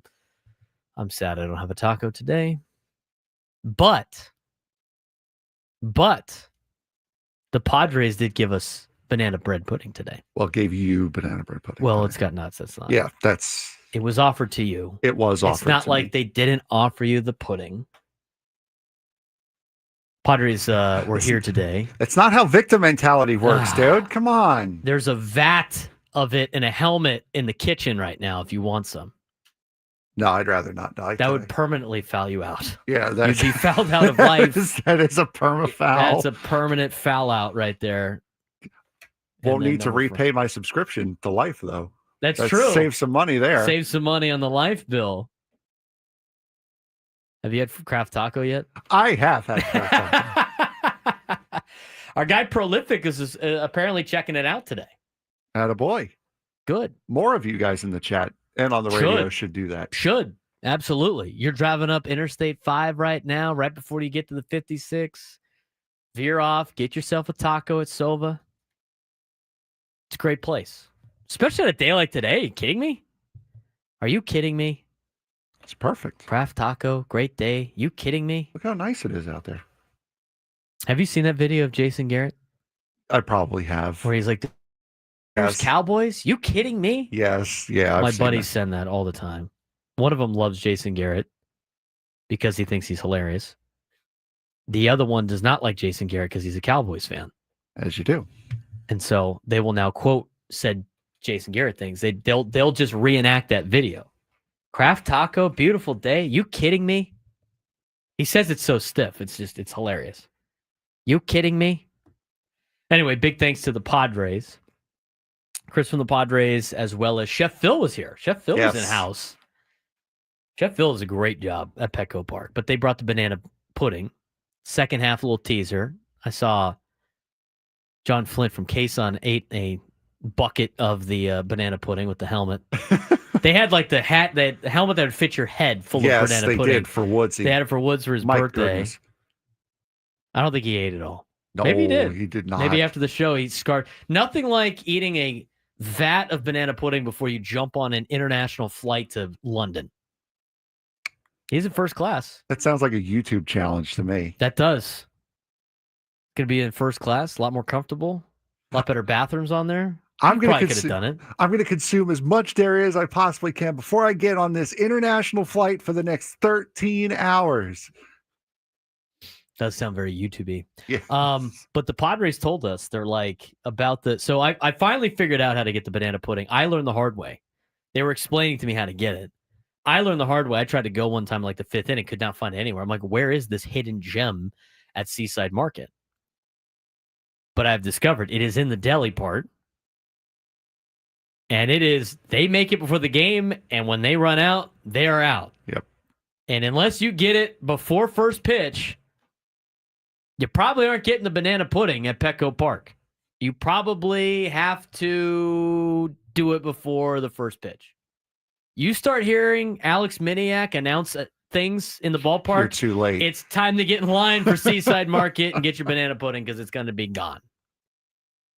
I have had the banana pudding in the helmet. I have had the banana pudding in the Western Middle Building. That was the one thing I was a little upset by that. They did not have, because they just had it in cups. That's for fine. Us. I would have sample cup. It's cool. I don't care about the banana pudding again. It would have killed me, but I would have loved to have had the Western Metal Building cup. I would have loved to have had that. Well, you're in luck because across the way at Seaside Market at Mr. Softy, they have the Western Metal Sundae now. Ah, there you go. It's a brownie, and it comes in the Western Metal container and has a brownie, and it has soft serve. Your choice. You could pick vanilla, you could pick chocolate, you could pick swirl if you really wanted to feel crazy there, Frank. And then it comes with sprinkles, caramel, and chocolate sauce. But you know what? You could change the sprinkles for their other toppings. They do have Oreos, Frank. Sounds like a date idea to me. Not with us, but $15 for that. But it comes in the little deal. Maybe not a date idea, but No, my buddy's girlfriend got it the other day, and I took a picture of it, and I had like 15 people DM me going like, "Where did you get that?" And I was like, "Sienna got it at Mr. Softy." there you go. Now, I don't know if they have it at every Mr. Softy, but they definitely had it at the one on section 1 something, odd number, first base side. That Mr. Softy had it. I don't have a rivalry with milk products. It's nuts. You know, as Rod said, the banana pudding farts. It's the nuts in the banana pudding that would have killed me. All right, you have the story on the YouTuber guy with the golf thing. I don't have it because God forbid any website that writes articles lets me read the article without What's the guy's name again? Without an ad blocker. Grant Horvat. Grant Horvat golf. So he's a YouTuber, I guess. He might be a scratch golfer. I guess he's good. I don't know. I don't watch a lot of YouTube videos. Prolific's on it. Section 115 to 117, Mr. Softy, Western Metal deal. I don't watch a lot of YouTube videos. I watch ours, obviously.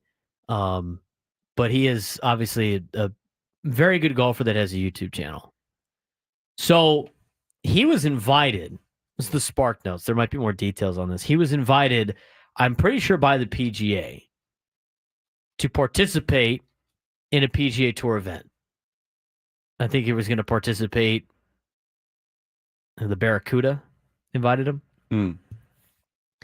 He wanted to have his YouTube video staff follow him on the course during the PGA event, like he normally does. And the PGA Tour said, absolutely not, because that violates our broadcast rights. Now, knowing as somebody that has covered multiple PGA Tour events for 97 Through the Fan, when they come to the Farmers, they have very strict broadcast rights and very strict broadcast rules. One of the rules we were instructed on was you are not allowed to film inside the ropes, outside the ropes. It doesn't matter. You are not allowed to film any golfer golfing and using it for any type of social media, any posting. There's no filming allowed to be used for your own content, because obviously their networks of CBS and NBC Golf and all in a Golf Channel, all the entities that have broadcasting rights for the PGA Tour obviously have exclusive rights for social media as well, to an extent. Netflix, with the Full Swing, probably had to negotiate some serious rights to film their stuff and then re-air it the year after, by the way. It's not like they re-air it that season. So there's been some controversy on it, and Grant Horvat put this tweet out yesterday. Unfortunately, I will not be playing in a PGA Tour event. The rules and regulations around PGA Tour tournament play will not allow us to film. The only reason I was in the position to receive an invitation like this is because of the YouTube and you all watching the videos. So if I'm going to play, we want to film it. I am hopeful that this won't always be the case. I would be honored to play in a PGA Tour event and bring you all along in the future. Huge thank you to Barracuda for the invite and belief in YouTube golf. So who's in the wrong here, Frank? Is it the PGA or is it Grant? His dream is to play in the PGA, right? Is from what I'm gathering. I guess. He gets it gift wrapped to him. Gift wrapped. To be in an actual tournament, not just playing the course as like a celebrity or doing a fun event. He is given an opportunity to play in a PGA Tour event. And he's going to cut his nose to spite his face. Yes. He's just for his YouTube channel. He's an idiot. I'm super out on this guy too. He is an absolute fool. Let's put it this way. Let's say I play a lot of softball, right? Mm-hmm. We film it. You'll see it populate on my social media accounts, do some mic'd up stuff. If I was invited to do the MLB celebrity softball game, not as a celebrity, but just I'm invited to play in it. Let's say it comes back to San Diego. And I wanted to have my buddy who mics me up go down there and do it. And they said no. I'd been like, oh, all right, no worries. I'm still going to play in this. This is like a heck of an experience. And guess what? It's going to be documented. He should play the tournament. Yes. And then negotiate after the fact how they can use some of the footage for his social media page, collab on it. Yes. I mean, what are we doing? He's either afraid to go out there and suck, which I don't think is the case, or he's just so inclined to be the YouTube look at me guy that he doesn't want to participate in the event because he's not allowed to be the YouTube look at me guy. It's like what's the idiot ball hawk's name? The home guy run. Zach Hampel. When he had his little tiff at Coors Field last year, trying to get into an area he shouldn't have been in, just to catch a home run, just to catch home run balls. Like, really? And he's yelling at security guards. Stop it. These are the rules. These are the rules you have to follow. They're not making special treatment because you have a lot of YouTube followers. Like, it's not. I don't know what the big deal is here. There's not. Because if they let Grant Horvat do it, then all the other golfers are like, what about my personal photog guy that's not allowed to do it? And now you got everybody who's with their own personal photog guy. You know, they said maybe distraction. I don't think it's about the distraction. I think it's about the money that these big corporations pay for, these TV companies, for the exclusive broadcast rights. And it's amazing how entitled these influencers are. Like, oh, we could help you grow your sport, and you're not going to let us do it. It's like, I have a national TV deal. Like, really? Well, what are you going to give me? Like, you know, what about this, right? Like, in our world, it would be like a YouTuber wants to call the game on the radio, and he does his own thing, and he like tells the Padres, I want to do this. Do you think Odyssey would be thrilled about that? No, they'd be like, well, we're paying you a contract. Exactly. And that's the same thing with television.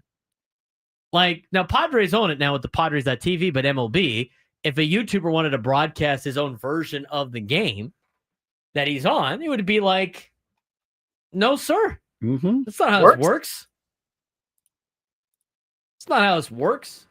So I saw that today, and the comments on the tweet are hilarious. It's like everybody's like, "This is why nobody watches the PGA Tour. They need to get with the times." It's like people that don't understand how contracts and how business works. It's crazy. That's just insane. I don't know why he wouldn't do that. Do it. And for people who have exactly, why are you not doing it? Just do it. This is your dream. Gift wrapped. I'm telling you, the content after the fact are like, you just tell people like that are fans, just film it and send me the video. I mean, they're not going to be. They can't patrol everybody out. Chance to run in the Daytona 500. Yeah, but I couldn't have my own camera in the car with me. I'm still running the 500. Like, I'm still doing it. I'm doing whatever it takes to be on there. Exactly. Sounds good. I don't care. And or he just gets paid so much more to do YouTube than anything else, but you could sacrifice the deal. To me, the YouTube got him to this point to do this. Exactly. And then you can continue to do the YouTube stuff after. This is one of the perks of being that popular on YouTube. It's the Jimmy Broadbent method. He's a sim racer, got famous on YouTube doing sim racing, and now he just drove in the 24 hours of the Nürburgring last week. Yeah, now you get to live the dream part. Exactly. He's more into the YouTube now. It's kind of crazy how that works. 833-288-0973, 833-288-0973. We got a couple of things that involve football. I want to get to the Pac-12 and Mountain West first. They're headed back to court over $150 million in poaching fees. Pac-12 thought they could get out of it. Mountain West says no dice. They're probably going to a lawsuit. How does this affect San Diego State? We'll talk about it when we come back on the Braden Surprenant Show. San Diego's #1 sports station, 97.3 The Fan.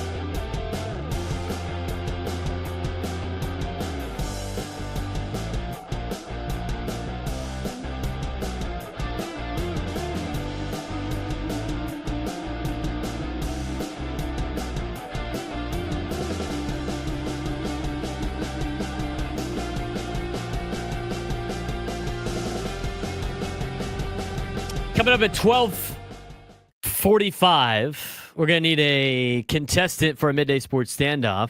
If you can take me down in sports trivia, you'd be qualified for a chance to win our grand prize, 2-night stay at Park MGM Las Vegas, 2 tickets to Motley Crue on September 19th, and a $100 gas card. Catch Motley Crue's Las Vegas residency at Dolby Live at Park MGM September 12th through October 3rd. Tickets at Ticketmaster.com. 833-288-0973, 833-288-0973. If you haven't done so already, give us a like on this video. We really appreciate that. Helps with the algorithm. Also, listed below are ways to follow us on social media. If you're watching on YouTube, you can follow myself on social media with the link below. You can follow Frank with the link below. You can subscribe to our YouTube channel at B_SURP. If you subscribe to the YouTube channel, it helps us out a ton. We're trying to get more people over there. I'm over there right now. Jake Waters is over there. There's a handful of people that are subscribers to us. We're trying to get to 500 subscribers. It's a goal of ours by the end of the season. We're up to we're just over 250 now. So we just passed the halfway mark. It really does it helps us out with a lot of different things, but click subscribe. Subscribe to 97 Through the Fan. We're trying to get to 10,000 followers on 97 Through the Fans account. Trying to get to 500 on the Braden Surprenant Show account. It helps us a ton. And it's very easy to do. If you haven't done so already, please do it. And it makes it a lot easier to find our videos and our lives. And we post a lot of other content on there as well. We just had a nice little mic'd up softball game that we had. And all of our OTL coverage is going to go on there as well. So be sure to subscribe to our YouTube channel at B_SURP. If you're driving around, remember this URL. It's youtube.com/@B_SURP. It will bring you to the page. Click the subscribe button. It does wonders for us. You also can follow all of us on social media at B_SURP on everything social media wise. And you can follow Frank Marchese, F Marks with the Z 324 on both Instagram and on X. If you haven't done so already, you can do it in the link below. You can watch on either platform. It doesn't really matter to me. We're trying to just get more subscribers on over there, Rod. So we appreciate the love and support. Looking for more subscribers on the Braden Surprenant Show page more than anything else. And we appreciate your guys' help on that. Now, here's what we got. Pac-12 Mountain West are headed back to the courtrooms.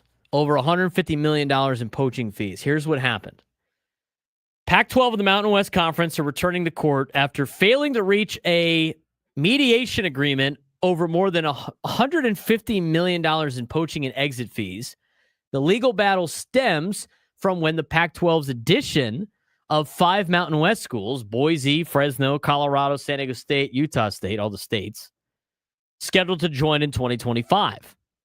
The Pac-12 sued in late 2023, claiming the Mountain West's so-called quote, poaching penalties were unlawful, imposed during a vulnerable time as the Pac-12 reeled from the departure of 10 of its schools to the Big 10, Big 12, and ACC. The Mountain West counters that by saying the Pac-12 agreed to the terms knowingly and is now trying to dodge its financial responsibilities. Each departing Mountain West school faces an $18 million exit fee, and the league says it will aggressively protect its interests. The case, which includes a $55 million dispute over poaching fees, will now head toward a hearing on September 9th.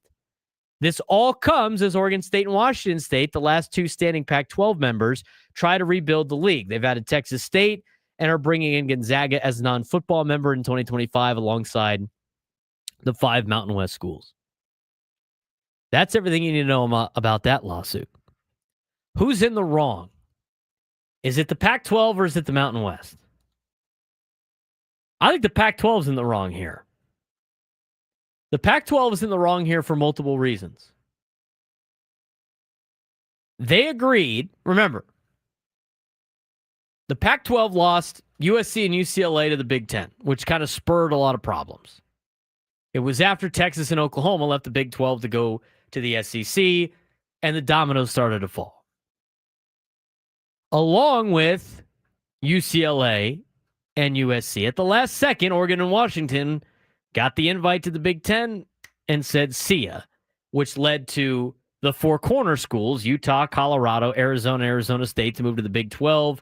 That left Cal and Stanford, Washington State, and Oregon State. And Cal and Stanford got a bid to go to the ACC. Everybody abandoned ship.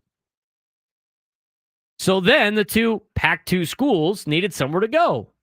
And what did the Mountain West do? They opened them up with wide arm. Hey, look, you can come and play in our conference. You don't even have to be a member. You can still keep your Pac-2, whatever you guys want to do with that, but we will do a scheduling agreement, and you can come and participate in our conference. And the West Coast Conference did the same thing. Like, hey, we can add all your sports. We are welcome here. But you're allowed into our house just as long as you don't take our current members with you out of here. Oh, yeah, of course. Yeah, of course. We'll do that. Yeah, it's great. Yeah, we'll do that. We don't want to upset everything. Thanks for being here. Thanks for letting us play in your conference. Yeah. That's okay. They didn't even make it a year. After a year, they decided to invite 5 schools from the Mountain West and 1 school from the West Coast Conference to leave their conferences and join them. They had a rule in place. Don't steal our schools.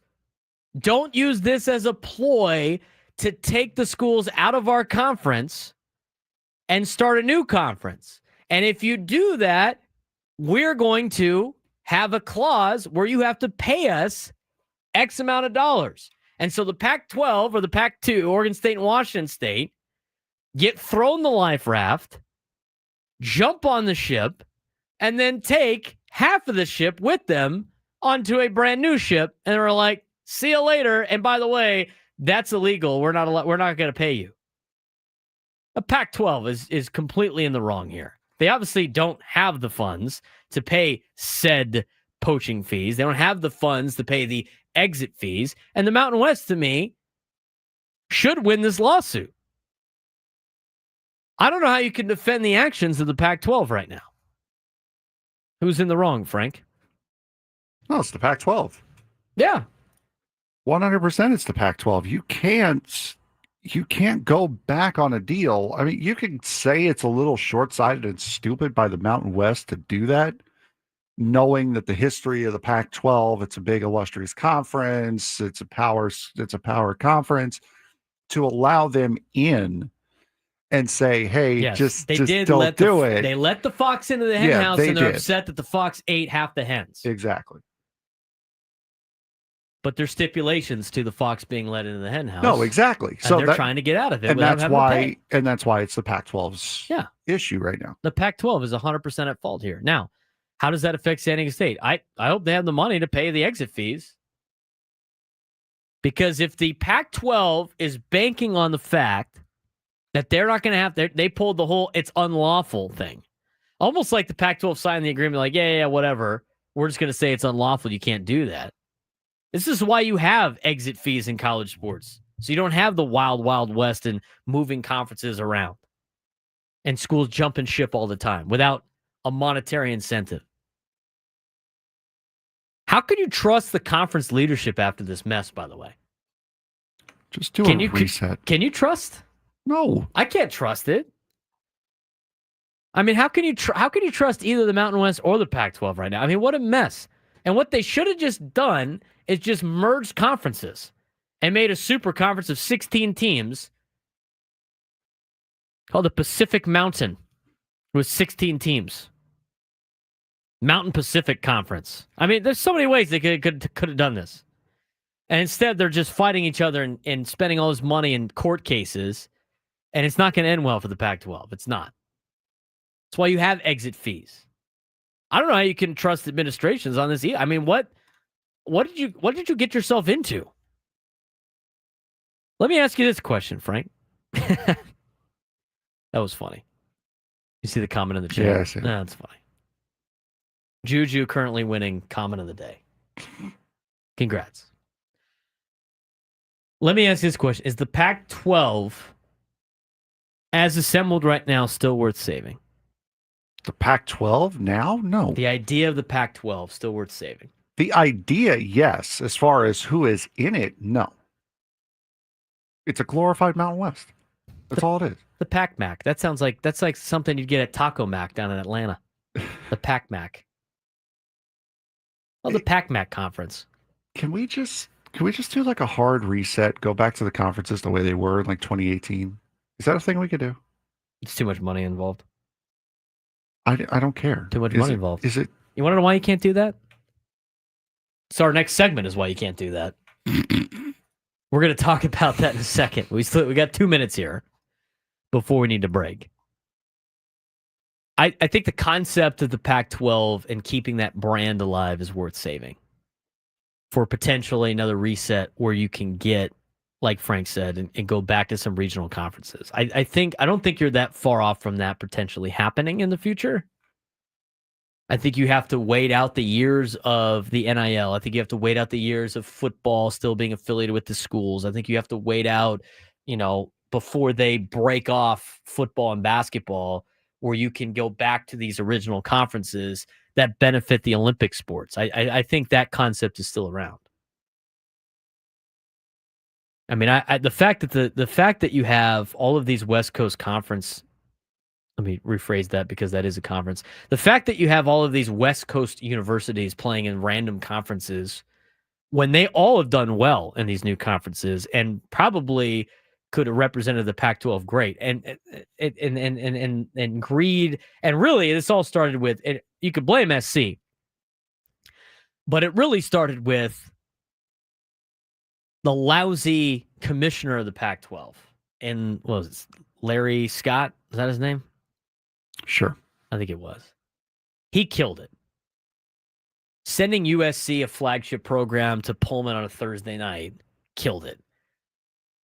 Agreeing to TV contracts where you're only playing in the middle of the night for most people on the East Coast, killed it.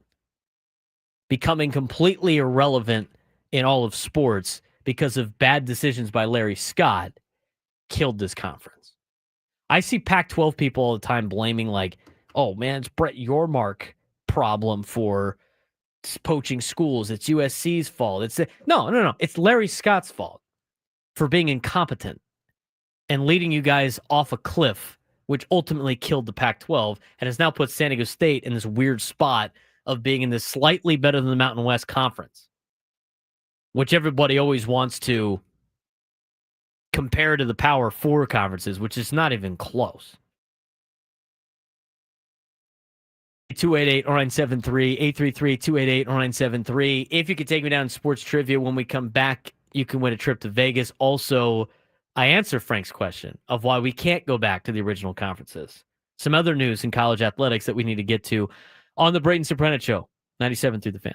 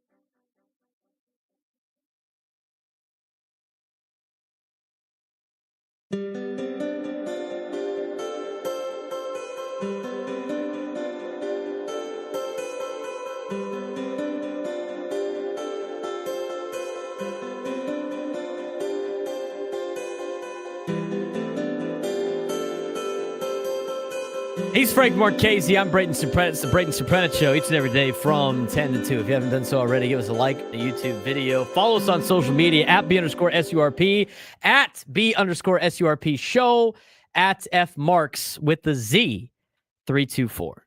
We really appreciate you guys following our content. We're going to have more content strictly for social media and my YouTube page coming out. We got a lot of stuff from Over the Line that's getting built up right now. We got more stuff from softball. I'm going to have some stuff from miking me up on a high school football sideline during the football season. And you can only get that on our social media platforms. So be sure to like, subscribe, follow. You can also hear all of our shows via podcast form. And in podcast form, we are wherever you get your podcasts, whether it be the Odyssey app, Apple Music, Spotify, iHeartRadio app. I mean, there's so many of them. We're on all of them. When you're on that platform, whatever one you listen to, be sure to follow, like, and subscribe to our show. We really appreciate it. It really helps us out. We are trying to get over 500 subscribers on our YouTube page. We're trying to do it on all our on our podcasting platforms too. So if you haven't done so, you can click on the links below. You can find us there. I might have to put the Spotify link on there now. What do you think, Frank? Yeah, probably should. That's something that I didn't even think of. I didn't think about it till right now. Yeah, no.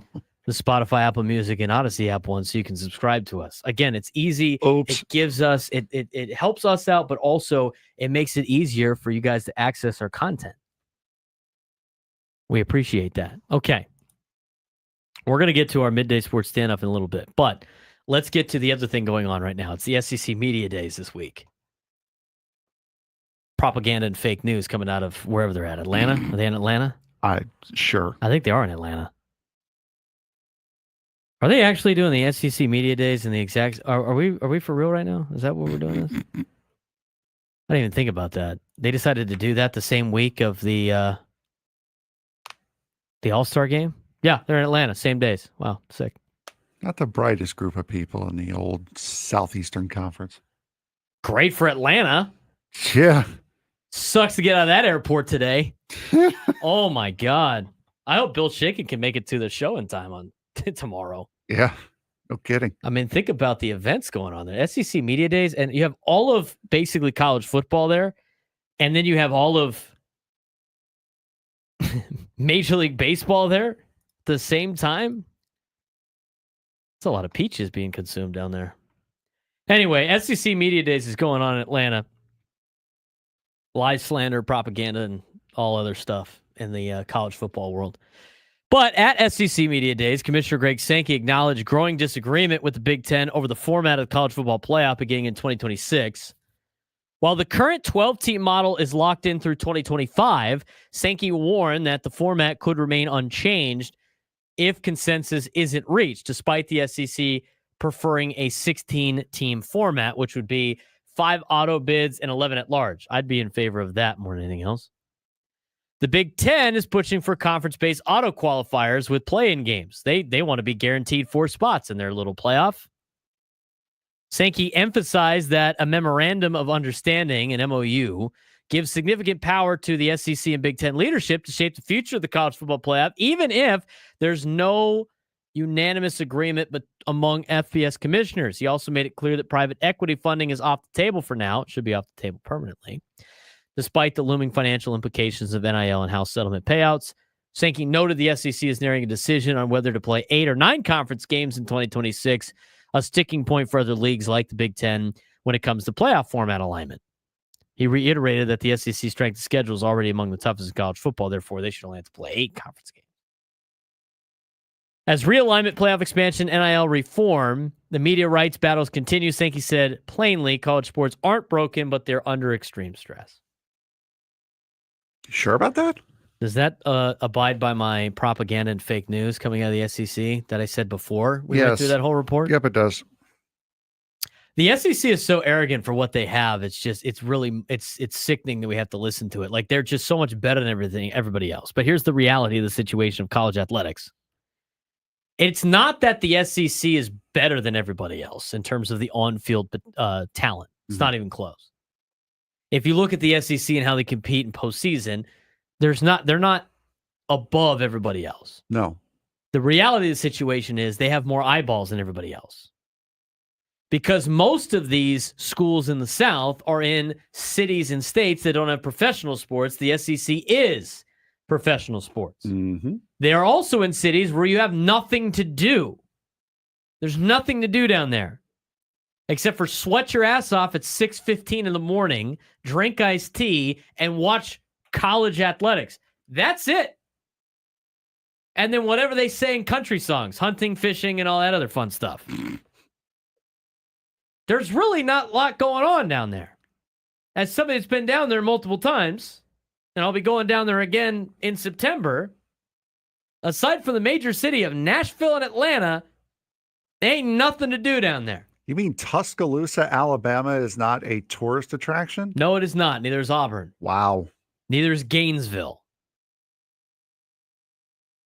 Neither is Athens. Neither is Fayetteville or Little Rock when they play there sometimes. The only one that's actually like a big city is Austin, and they were just added. Have you ever been to College Station? No. You ever been to Knoxville, Frank? No. I have an offer to go to Knoxville, but I do not. There's nothing to do in Knoxville either. My brother went to Tennessee. He lived in Knoxville. There's nothing to do aside from Tennessee athletics. And that is a place that not a lot of people would live if they didn't have the school. That's most of college athletics. Go to Tucson and tell me what you're going to do in Tucson besides play golf and be retired and sit on your ass. Nothing. There's only so many times you can go to Tombstone and be like, oh, this is where they filmed the movie. Nothing to do there. Let's go back to the SEC. Again, they have been crowned the best conference ever. It just means more. I will say it does mean more down there, but there's more people that have less to do. You know, college athletics isn't big in major cities because we have professional sports and we have a lot going on in terms of things to do to keep us entertained.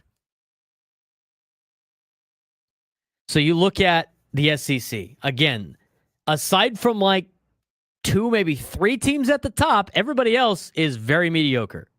And then you look at the Big Ten thing. Big Ten likes to make all the decisions too. Oh, look at all the TV ratings we get. Yeah, you have gigantic fan bases in the middle of the Midwest. What can you do in the Midwest in November? Eat cheese curds, drink beer, and watch your football team on TV. There's nothing you can do out there. It's snowing, it's frigid, it's cold, it's miserable. There's a reason why they're called flyover states. There's nothing to do there.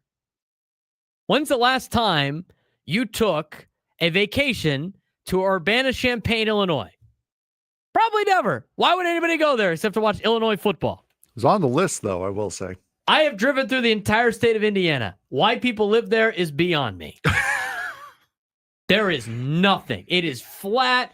Indianapolis. Nothing. Farm. Nothing. Indianapolis. Aside from watching the Colts and Caitlin Clark, there's nothing to do in the state of Indiana. Big Ten country. Pennsylvania's got Penn State. Happy Valley becomes the 3rd largest city in the state on game days. That tells you everything you need to know about the state of Pennsylvania.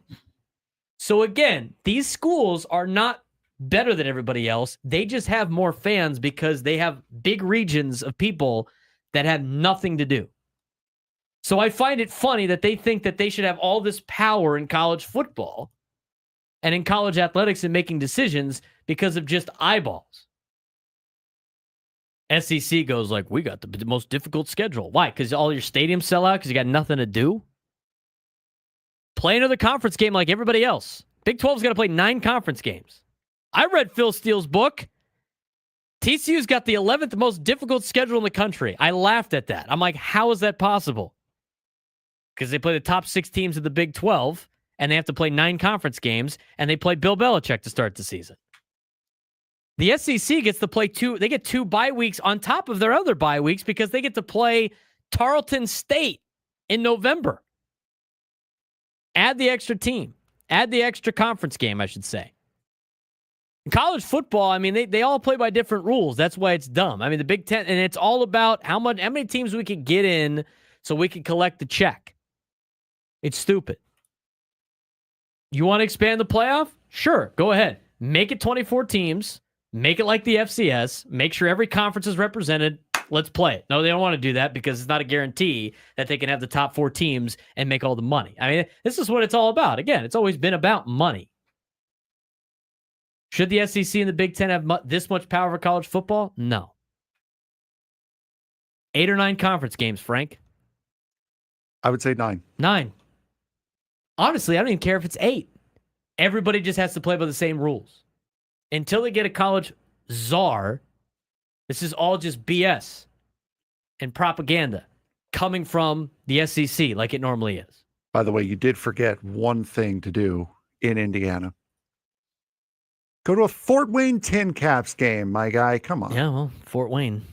You know what else? Can't do that in the fall, though. Yeah, true. You know what else? Can't do that in the fall. You know what else we got to do? We get it to the midday sports standoff.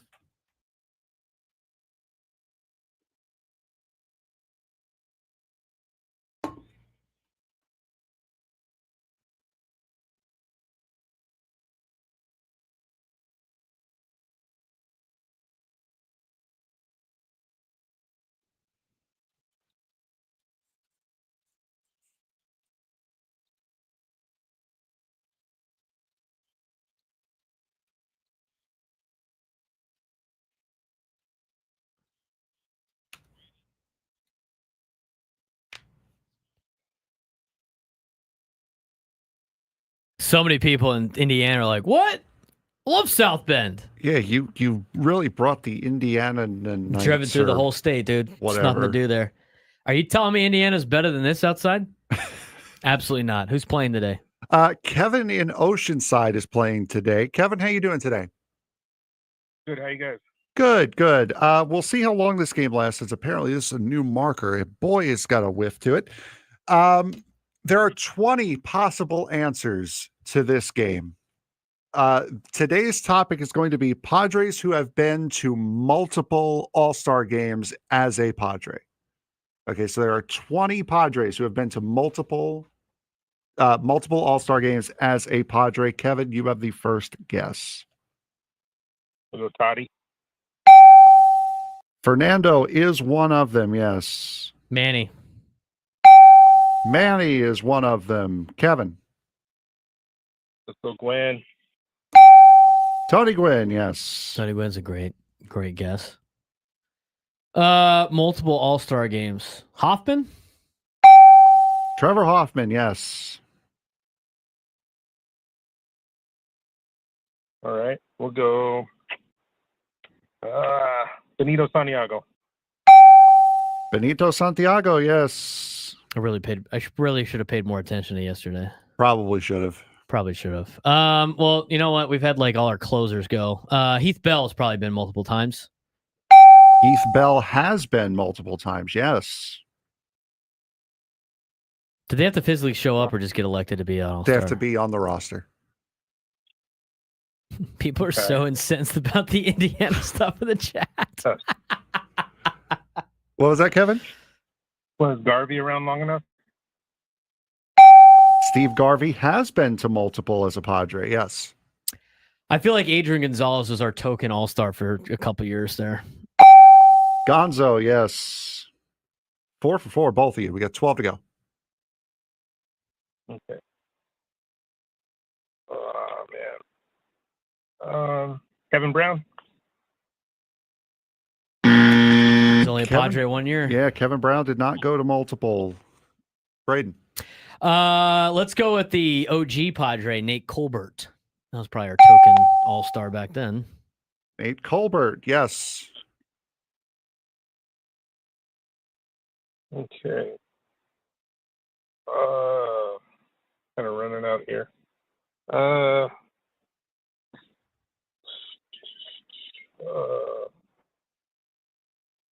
Cronenworth? Yes. Yep, Cronenworth. Cronenworth's been to 2 All-Star games. Braden. Since I missed him yesterday, Dave Winfield. Dave Winfield, yes.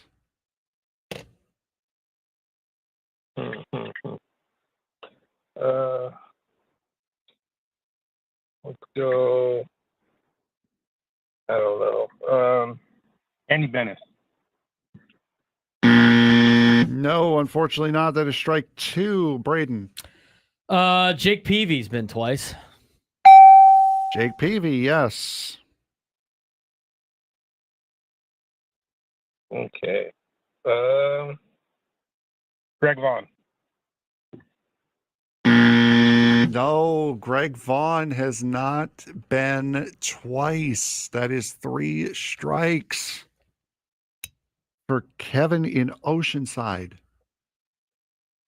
This is some interesting because there are names in Padre lore that I would expect. We'll give the answers on the other side on the top of the next hour here. My next guess would be like Randy Jones. Yes, Randy Jones has been. I feel like you got a pretty good chance of getting a closer. Terry Kennedy, Goose Gossage, Goose, Mark Davis, Caminetti, Ashby. What about Houston Street? Houston Street, Brad Hand. Bradley Hand made it twice? Yes. Wow. That's it? Yep. So those are the answers. Anybody say Andy Ashby? No. No one said Ashby. Wow. We'll do that. We'll hear. Well, somebody call in and tell me why Indiana's better than San Diego. Go ahead. 833-288-0973. Braden Surprenant show rolls on.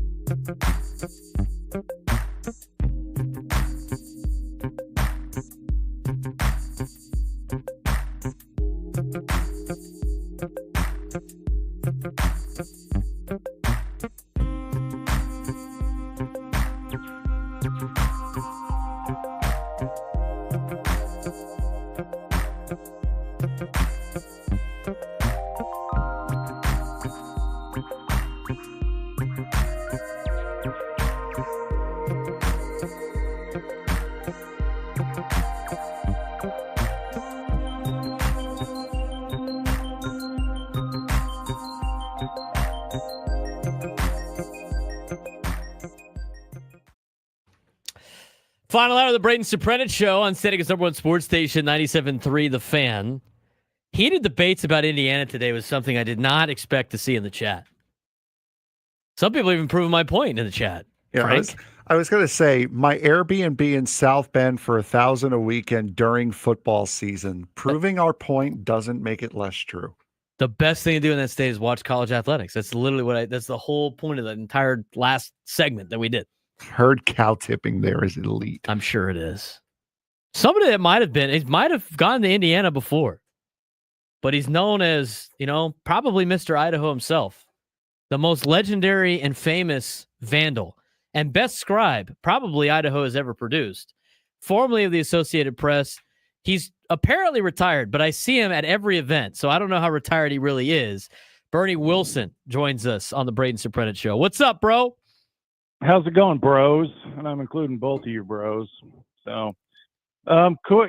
Just quick answer. I took a buyout, but I'm freelancing for the AP. Nice little double dipping and doing some other freelance in other sports. Got to keep the coin coming in.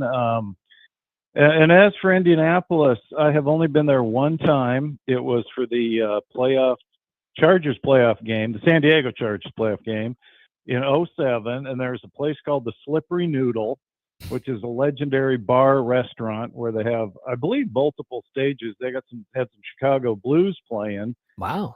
And I was back there with our friend Jay Paris, who at the time was with the North County Times, which sadly is no longer with us. And he spiced things up by wearing a Ryan Leaf jersey.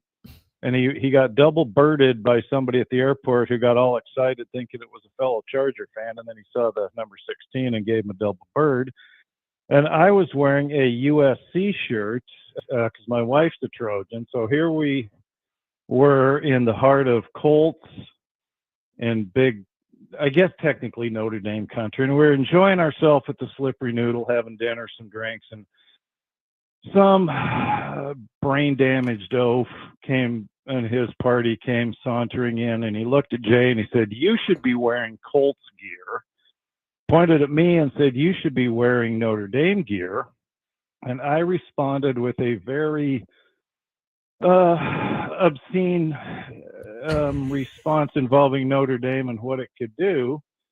And the guy looked at me and he said, "I should put my cigarette out on your forehead." And I could have taken a little punk, but, I didn't relish spending the night in jail and not being at the game the next day for my then employer, the Associated Press. So that will always remain my one and only Indiana highlight, the little punk who threatened to put his cigarette out on my forehead. So, and I've got, being follically challenged, it's a big forehead, but I would have loved to have seen what I could do with that little brain damaged oaf. So I have no use for Indiana or the Midwest in general. That's why I enjoy the beauty of my beloved El Cajon. So I have no intention of ever going back to Indianapolis, Airbnb or not. I agree with you, Bernie, on that, on a lot of those different things. Plus, you can't beat the box sunsets, Bernie. You really can't. The box, no, you can if you're at Petco Park. But the box, I think the box can go toe-to-toe with Petco Park as far as hashtag baseball sky. Yeah, just as long as the roof stays open, Bernie, and then always. But it's there's a little known codicil in the Faber College Constitution that the roof must stay open. All right, we're talking with Bernie Wilson, formerly of the AP, but now freelancing for the AP. Obviously, talking the day. Did that go right over your head? Probably. I mean, it's a line from Animal House. I've never seen that movie, bro. you need to. I know it's on my list of some of the movies I need to watch. I do have to ask, before we dive into the Padres, and you've been at a lot of those games freelancing. What's your opinion about the? I got to ask your opinion on the traders that have moved up to LA and the recent uniform unveil. And I don't know if you saw the uniform unveil, but they're practicing at USD a couple times for training camp. They're trying to appeal to the San Diego fans. They just posted their uniform unveil video with all San Diego Supercharger images and everything like that. What can you make of Team Spanos up there in LA trying to 8 years now down the road trying to appeal to San Diego? I think it's really sad. Unfortunately, I have to cover those practices next week for the old mothership AP. The uniform unveil, I really, I don't like that yellow. It's like I just don't get why teams have to jack around with uniforms. They went back to powder blue, of course, once they moved to LA, and they wouldn't give the fans down here what they wanted was a full-time shift back to those. And yeah, that entire highlight reel, or the young kids now, they call them a sizzle reel. Now the Aztecs put out a pretty good sizzle reel yesterday on their uniform changes. I'll give them kudos. Everybody loves a good sizzle reel, but yeah, every one of those highlights was the San Diego Chargers. So that tells you they don't have.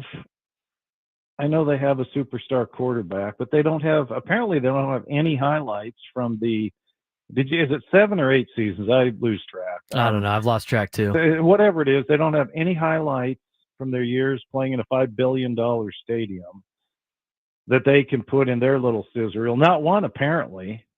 So they have to tap the past. And as far as practicing here, I know, it's probably a nod to Captain Comeback Jim Harbaugh. Speaking of those Indianapolis Colts, you probably weren't even born when Captain Comeback and Zach Crockett came into, I guess it was still Qualcomm Stadium, and smacked the living crap out of the Chargers in the wild card playoffs in '95. But Captain Comeback coached at USD, and I guess it's a nod to those years. But it's I don't know, ballsy, cheeky that they're doing that. And I guess it tells you that they need San Diego fans because they don't have many LA fans. Now, I know there are people who will argue that, but, I believe, to quote both A.J. Smith and Marty Schottenheimer, it is what it is. We're talking with former AP writer Bernie Wilson, spent 40 years with the Associated Press as a sports writer, now freelancing for him right now in retirement. He's covered the Padres a lot for the first half of the season. I'm sure we'll see you at the ballpark for the second half. What has been your overall evaluation of the 2025 Padres after one half of play? That it's way too loud at Petco Park, and they need to win a lot more games than they're losing currently. How's that? I believe they're they're in the 6th playoff spot, just ahead of San Francisco. It's entertaining. They've had their struggles. Who knows what reinforcements they have coming. Obviously, the hashtag Rockstar GM, even though he's more of a Sinatra guy, needs to make moves. But, I'm not too deep into analysis right now. It's all about October, and I think we know what happened in October. So, I still waste way too much time on Twitter and all these people getting all twisted up about trade scenarios and this and that. But I think it's safe to say that the current I'm trying to think of a ball coach McCoy phrase to use here since we're all over the dial. The current, they need to find a better best 26 is what I'm struggling for. And perhaps a better bottom of the lineup, the bottom third. I mean, but that's been a problem for a couple seasons now, not just this season. So, I believe that AJP, as he's called, the GM, needs to put in yeoman's work, and he's well paid to figure this stuff out, and get some ball players in here. You guys know all about that. Of course, you need some veterans coming off the bench, Bernie. As much as everybody would say. Yes, they do. And what I find funny is everybody. I'm not here to pick fights. I'm just making a point. Everybody always rips these players all the hell, but they never rip the guy who signs them.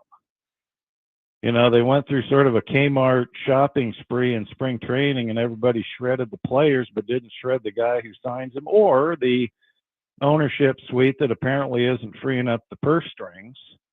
But to go back to the late great Peter Seidler, who has missed in more ways than one down there. This team still owes the community a championship, and I just get the feeling that they're sort of drifting farther away from one than getting closer to one. We'll see what they do at the trade deadline, but I do want to have you on to talk about one of our colleagues, a longtime friend of yours as well, Scott Miller, who passed away, and the impact that he had on Major League Baseball. Last night, Dave Roberts wrote his name down on the Stand Up to Cancer. I know you've worked alongside him for a long time, covering multiple events, but what kind of impact did Scott Miller have on the media community here in San Diego? I'm glad you're talking about Scott, because he was, I know it might seem a little trite and cliche, but he was a great writer, but a far better person. I mean, he was, you might say, a bro's bro. He just carried himself with the air of professionalism, confidence, extreme talent, as far as, putting word to laptop. I think there's a phrase around that boy can type. And that's a compliment in the sense that, he was a wordsmith in the true sense. Great writer, worked for a number of outlets, and, he unfortunately got caught up in, some of the shrinking, the contraction in the media world over the last several years, but he always bounced back. I know he was doing a lot of stuff for the New York Times, but he just carried himself with this great air of professionalism, friendliness, expertise, well-dressed. I was always impressed with the fact that he could take longhand notes, and I don't believe he used a tape recorder. And he, these are little things in our business that stand out, because, we're a product of the Catholic school system, and the nuns could never beat good penmanship into me, and I always had to use a tape recorder, and then that takes time to transcribe, and you get the direct quote and everything, but it's time consuming. But Scotty would just be Scooter, as we called him. He'd just be jotting away, and sometimes I'd double check stuff if I didn't have time to dig deep into the tape, and he had it nailed. And he was just a smooth operator. He loved Bruce Springsteen. I mean, you may have heard there's a certain subset of ball scribes that are huge Springsteen guys, and he was. And I'm glad he did this, because life is too damn short. So do what you want to do. I believe he was just 62. But he would jet off here and there or drive off to L.A. He caught a lot of Springsteen shows, and good for him. And he would talk about set lists and what Springsteen sounded like as he advanced in his career. And, it's not all about ball when we're down there at the press box. I wasn't part of that Springsteen subset. Not that I don't like Springsteen, but I'm more of a Pearl Jam Stones guy. But it was always cool to talk to Scotty about Springsteen, and he delved into the Stones a little bit too. But he was just a cool dude, very good family man. His wife Kim had worked for the LA Times when it had a San Diego County edition, probably either before you were born or you were in grade school or kindergarten. Enjoy your relative youth, bro, is what I'm saying. But, just a great family man. Their daughter, Gretchen, had recently graduated from college, I believe. And everybody thought he had kicked cancer. I mean, his hair came back. He seemed to be the same old Scooter that he had been. And, then all of a sudden it was back. And, It's just one of those losses that I think a lot of us are still having a hard time processing. And I know Doc Roberts isn't well liked around here, which is fine. I get it. But yeah, for him to do the stand up to cancer thing for Scott was great. And, God bless Bruce Bochy. Everybody loves Boch. When he, managers do a pregame news availability, it's sometimes more of a BS session than a formal press conference. Some do it in their office.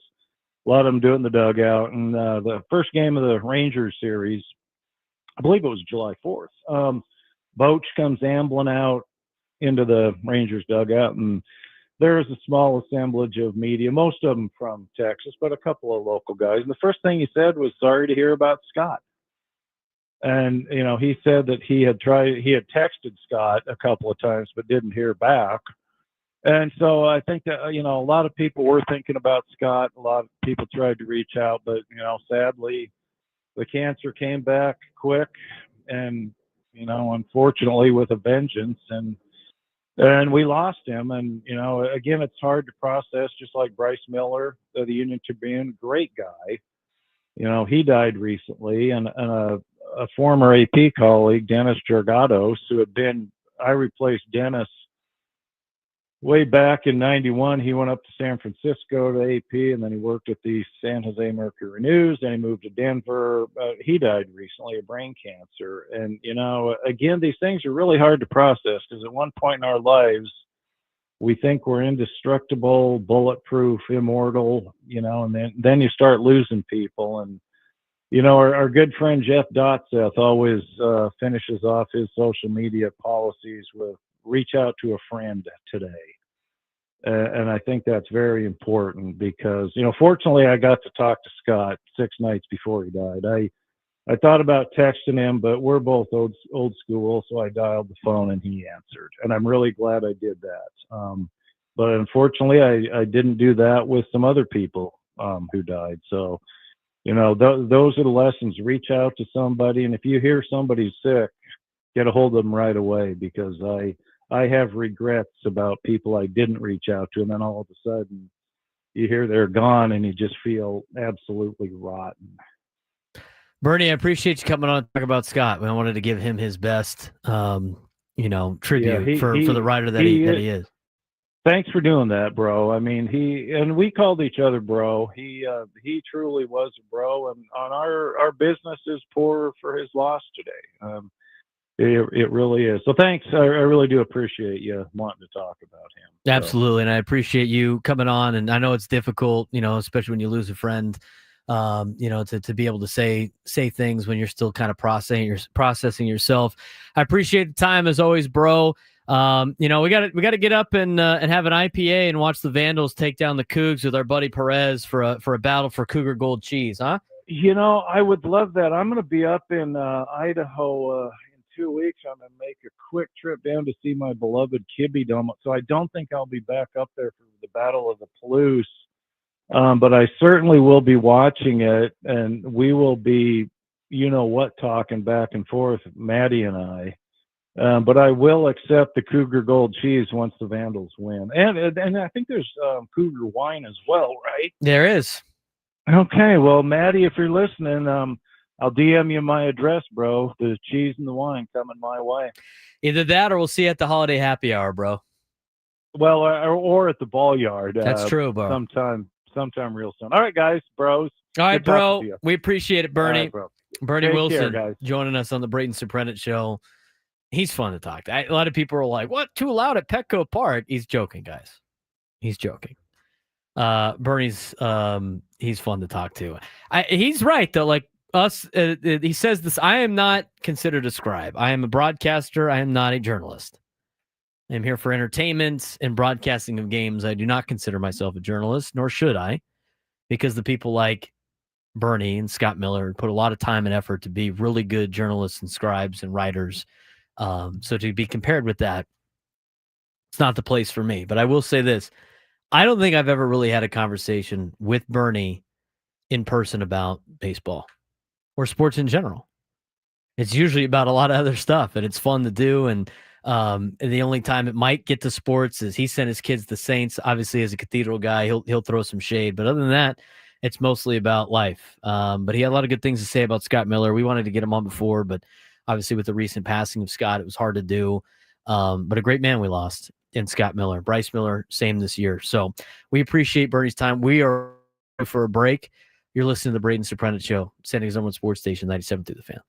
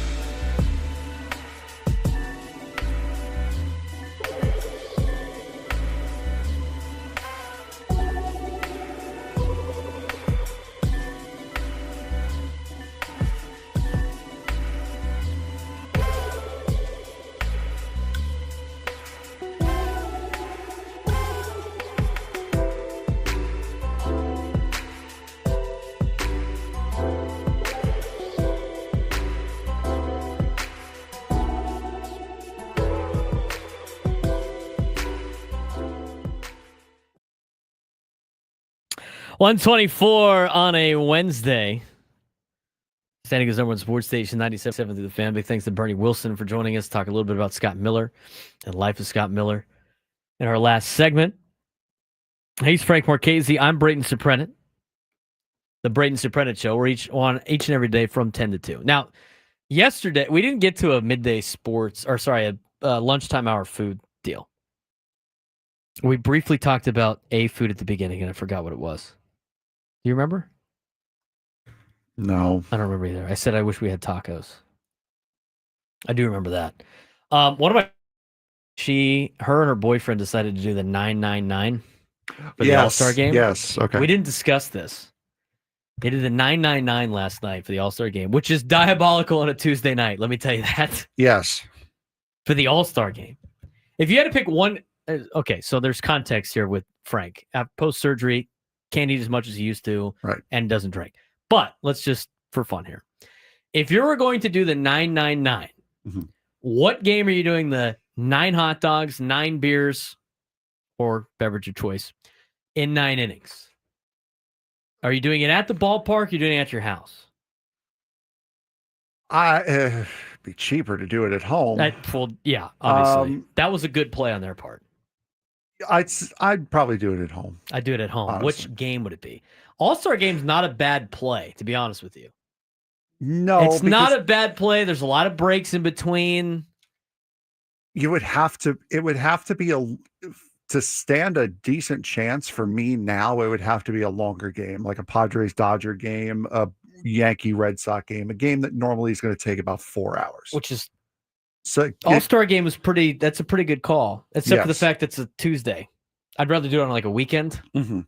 Consuming 9 hot dogs, 9 beers in 9 innings on a weekday is diabolical. You can't do that. Am I going to work the next day? Like, you can't do that on like a Padre Marlin 2-hour, 10-minute game.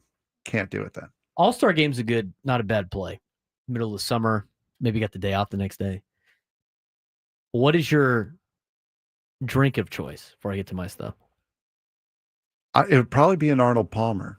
Okay. Well, I told Frank before he couldn't pick water. So right, yeah. Because if it's for me, again, I don't drink, not because I have any objection to it, just because I never really saw the intrigue in it.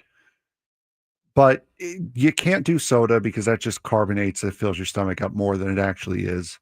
So I'd probably go with an Arnold Palmer. Rod says the beers have to be IPAs. Brother, what? Are you out of your mind? Could you imagine down in 9 394s during a game? That's insane, dude. That's insane. That is next level. That is next level. 9 by 9 by 9 challenge. The hot dogs would probably do me in. I mean, I'd have to just crush like 3 early and then crush another 3. I think I could down probably 6 early and then I got to force feed the 3 later. Yeah, that's the thing. What is the rule with the 9 by 9, the 999 challenge? Does it I have think if you do it at the game, you got to do you got to be on pay. I think you're just trying to get it done before the end of the game. Right. Like the 9 innings. Like it doesn't have to be 1 per inning. No, because you couldn't do that at Petco Park. No. It would take you forever to get all the hot dogs and the beer, and then like your beer would be warm. If you tried to get them all before the game, buy 9 hot dogs, they won't let you buy 9 beers. Right. You'd have to keep coming back for more. And then if you bought them ahead of time, then it would be warm beer. That's got to cost a fortune if you try to do it at a ballpark. Watered down soda. The only time you could do it is probably like dollar hot dog night at Cincinnati Reds game. You know, since I know I'm going the first game back. You're not going to do it, are you? No, I'm not. 9 hot dogs in the press. Those hot dogs would put you'd fall asleep. One of those puts me out now. But I'm going to go to a random concession stand and just see what the beer cost is and what the hot dog cost is. I can tell you what a beer costs at Petco. Okay, go ahead. It's $16.99 for a beer at Petco. So how much is a hot dog then? I think it's like $7.50. Okay, hold on. That would cost you a ton of money. I will say this though, we're talking about a 12-ounce beer. The beers they give you at Petco are like 24 ounces. It's $7.50. $7.50 times 9. So you're at $67.50 just in hot dogs. Just on the Friar Franks. That's if you just want the usual What did you say pig one instead of like the all beef What did Hebrew you say National. What did you say the beer cost was? The beers are anywhere between. I've seen $16.99 to $17.99. I'm pretty sure my Mai Tai costs less than my buddy's beer. He got a Pacifico, I think. We'll just and it call was $17.99 for a Pacifico. We'll just call it $16.99. That's $153 just in beer, plus the what I say $67.50. Yeah, that's a $221 endeavor. That's not including tax. $221 tab without tax or tip if you decided to tip the people there. All right, so I would only do it at a ballpark if it was like a bachelor party or something like that. And you just like didn't care. Yeah, I would definitely do it at home. All-star game's not a bad play. It's the next day, so out on that. And to me, it would have to be a non-Padres game. I couldn't do it for a Padres game. I want to be locked in on the game. I'd have to watch like some random game. You know, it wouldn't be bad like watching like TCU baseball on ESPN Plus or like College World Series game or something like that. College World Series game's not bad. Or, you know, maybe one of the World Series games the Padres aren't in it. Not a bad choice. I forget if it was this year or last year, but I was so itching for baseball at the start of the year. I was watching Hofstra versus Manhattan on ESPN Plus. That's a great 9x9x9 with like potato quality video on ESPN Plus. I was scraping the bottom of the barrel for baseball content. All right, for me, since will consume in a social sparkler too, I'd have to go with a light beer. I'd probably do Coors Light. Out of all the light beer, Coors Light's probably my favorite.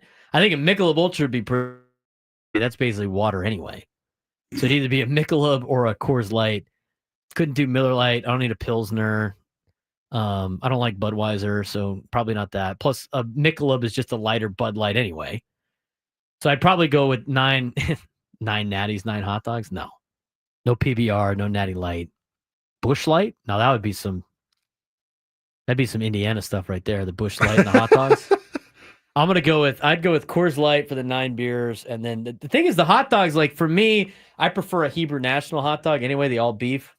Slightly better. Oh, sorry. You a Nathan's guy, New Yorker? No, I'm not a Nathan's guy. Honestly, Hoffy's now are the best ones. They're so good. I do a Hebrew National, but I wouldn't do the ones that they have at Costco. That would knock you out. Oh, those are. So the results of last night. Do you imagine 9 Dodger dogs too? Yeah, they're but they're thin, though. But they're a mile long. They are a mile long. I can't believe Rod said 9 IPAs. You'd be on the floor, dude. You'd be on the floor. Unless you have some serious practice. The dad's the next day. That's the day after drinking blank. Would be rough with this entire challenge. All right, so last night's results, according to her Instagram, I don't remember off the top of my head. I have to find it real quick. Did you say she tapped out? She tapped out at like 4.5 hot dogs. I think her dog had more hot dogs than she did. Where's the results? Okay, so she had four dogs. All right, so they got to a point where they were down on the dogs, so they tried to finish their 12-pack of beer. Got it. Which is also diabolical on a Tuesday. Uh-huh. So she finished with 4 dogs, 10.5 beers, and it says a lot of burps. The dog finished with 1 dog, no beers. Stole one of the dogs.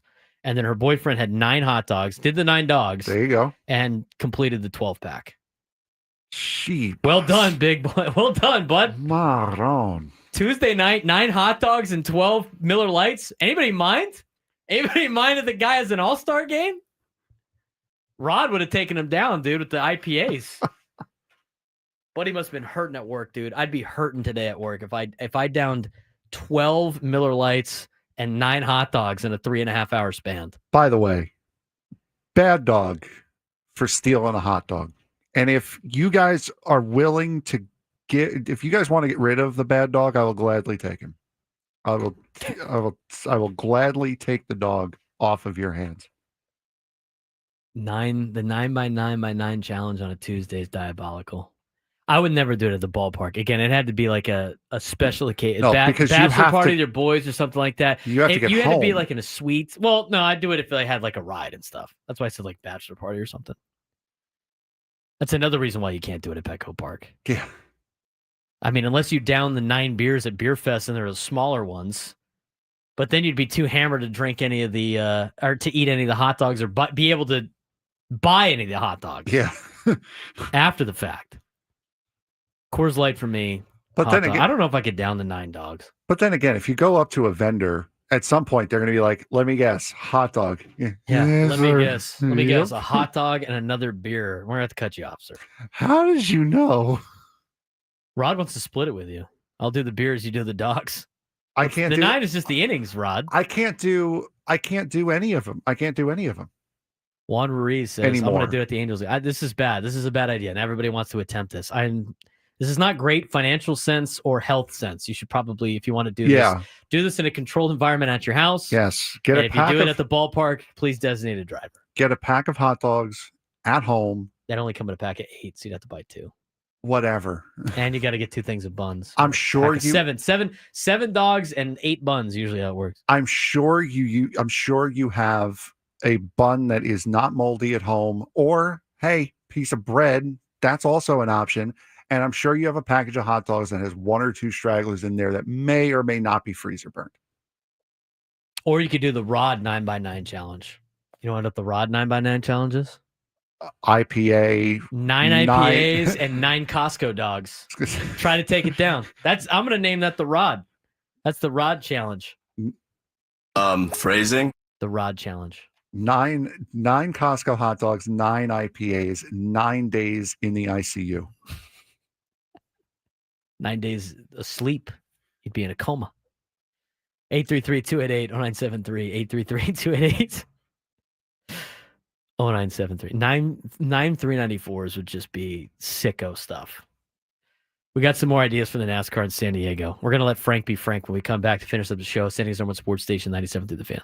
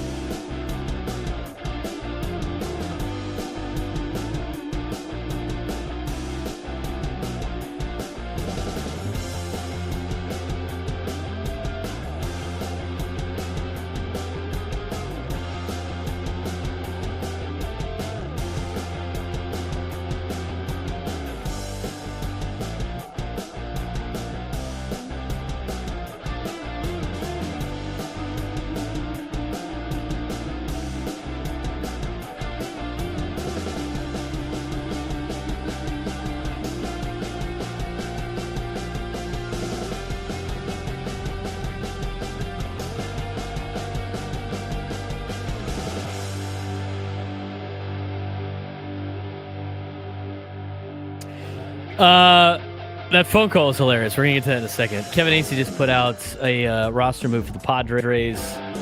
Not been official by the Padres yet. At least we haven't seen. But a couple of things. Rotation this weekend. Expect Dylan Cease Friday, Yu Darvish Saturday, Nick Pivetta Sunday. As expected, a shuffling of the Padres rotation coming out of the break, according to Kevin Acee. Also, Luis Campusano has been optioned back to AAA El Paso. Gavin Sheets is back from the paternity list. It's the latest you need to know. New York Mike in Carlsbad,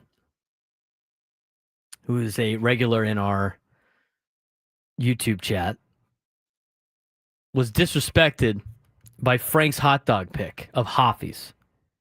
And so he comes in hot. Yeah, he did. He came in hot. New York Mike came in hot. He wanted Frank's New York card. He started getting New Yorker with his accent. He was like, "Hot? What kind of hot dog you eat, Frank? What kind of hot dog you eat?" He was ready for it, man. He was ready for the smoke. And guess what? Frank knew exactly where he was going. Yes, sir. He knew exactly where he was going.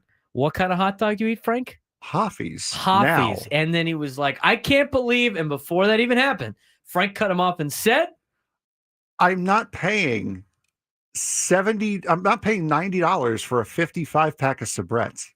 That's not happening. Sabrett hot dogs are Tell the us New what York Sabrett hot dogs are the New York hot dog. Natural casing. If you walk through Manhattan and you buy and you get the hot dog stands, it is going to be a Sabrett hot dog. Period. Any hot dog trucks that are out in New York, it is going to be Sabrett hot dogs. You need the casing. Yes, with the natural casing. You cannot, unless you are reselling those things, you cannot buy Sabrett hot dogs online. I just looked now, a 16-pack of Sabrett hot dogs on Amazon, $57. That is a resale. I'm not buying any food resale. That sounds sketch in general. $57. Imagine spending $57 to buy a pack of hot dogs that somebody else. Well, no, it would be bought. no. It's from Sabrett. Is it from Sabrett? It's from Sabrett. I was gonna say. But how much was it? $50? $57 for 16 dogs. For 16 hot dogs. That's some hell of a hot dog right there. It's a great hot dog. It's going to be the best hot dog you ever have. But because of that, it is way too expensive. If Frank ever gets to the spot he wants to do the challenge, we're gonna give him the Sabrets. It has to be the natural casing. It cannot be the Pete Alonso is about to hit a home run here in this at bat, by the way. Is this the one you missed? Yes, it is. This swing, as a matter of fact. See a ball. I love the Mets. Anyway, it has to be the natural casing. It can't be the skinless ones. They taste the same, but the draw of the Sabrett is the same. Do you have to have the casing on dogs and brats for you? You like the casing? It's a plus. It is a plus. You like the little snap crunch on the bite. Yep, 100%. Those hot links they got during the 4th of July, Louisiana hot links, they got the casing on there. There you go. They got the little crunch. See, there you like go. Dodger dogs too. It's Dodger loving if you like the casing. Dodger dog, no. Some of them do. Oh well. Not the Hebrew National ones that they make for the all beef people, but anyway. What? You have a NASCAR update for us. Yes, I do. So again, with all of this stuff going on with NASCAR possibly coming here, that doesn't involve Sabrets or hot dogs, right? Or the 9x9 challenge, right? So with NASCAR coming here, or the thought that NASCAR is coming here, there's not a lot of information going around, especially as where the track would go. And if you did watch the race at Chicago over the 4th of July, you kind of saw what you would kind of be looking for as far as how wide the track has to be, like what kind of circuit layout you're looking for, what kind of scenery you want to go past, and that sort of stuff. Racer Magazine actually just did an article about this. Unaware of any finalized deals for NASCAR to race in San Diego because there isn't any. The city has also said there's no documentation related to any conversations or plans. However, that could simply just be because the deal being worked out is being handled in a way to keep it from leaking. I believe that more than anything else. Yes. The most intriguing aspect of the San Diego idea is its location. A natural assumption would be where we have suggested, which would be downtown, in a similar manner to Chicago. But talk of an interesting alternative started to float around the NASCAR garage over the course of the last couple of races, and that would be Coronado. I thought about that. The peninsula, but of course, I don't need to tell you guys what Coronado is. Yes, exactly. NASCAR has long stated its desire for a presence in California. Lost its race in 2023 at Auto Club, and also lost the Busch Clash at the LA Coliseum. But again, I think Coronado kind of runs into the same problem, where the roads just aren't wide enough. At that point, you're running through residential areas. And, well, to an extent. Yeah, but I just don't see Coronado being a viable option. I could see it being a viable option if you wanted to get some of the cars there early and do an exhibition, say on a Wednesday. I could see that being a viable option. I can't see it being an option for the race. I could see it from the standpoint of you'd have to get the military involved. Yeah. You'd have to use North Island. There is... Because you'd have to use this street right here. I mean, there is a speed festival that's on the runway at North Island every year. I've been there a couple times. You could do something on the runway. That's not, I mean, IndyCar runs at St. Petersburg, which is on an active runway, and normally an active runway. I mean, you got a hell of a straightaway on the Silver Strand. Yeah, you do. And you know what you get sights of? Downtown. Right. So you could do the straightaway down there. The only thing is like where are you going to turn around? Because the thing is, you could use Orange Avenue. Orange Avenue is big enough streets, and then you don't go through the residential area at all. But it's just weird where you're gonna turn. If you watched the race in Chicago, they were all minimum 3-lane roads with no medians in the middle. So you're having to find a place somewhere in downtown that is minimum 3-lane road. That's basically just the Embarcadero. Yeah. So I mean that's kind of what you're looking for. And Fifth. And flat. Well, a lot of the avenues going north and south are 3-lane roads. So, but again, none of it was in the city. None of it was like inside Chicago, like going through buildings, because you also got to think of television, and you got to think of how that's why set cameras up. Coronado makes a lot of sense. I'm just doing but I think you'd have to get the military involved. I think you'd have to get permission to be on base. Yeah, no, absolutely. I can see. Like I said, I could definitely see them doing exhibitions, like running the cars down the main drag on Coronado. I could see that happening. As far as the race happening there, no shot. I cannot see anything possibly.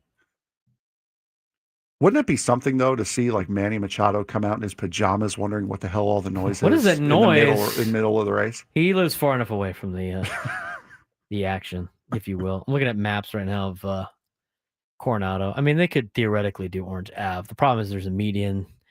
The other thing too, if you didn't do Orange Ave, there's like a lot of like big dips in Coronado. Mm-hmm. That would be hard to deal with.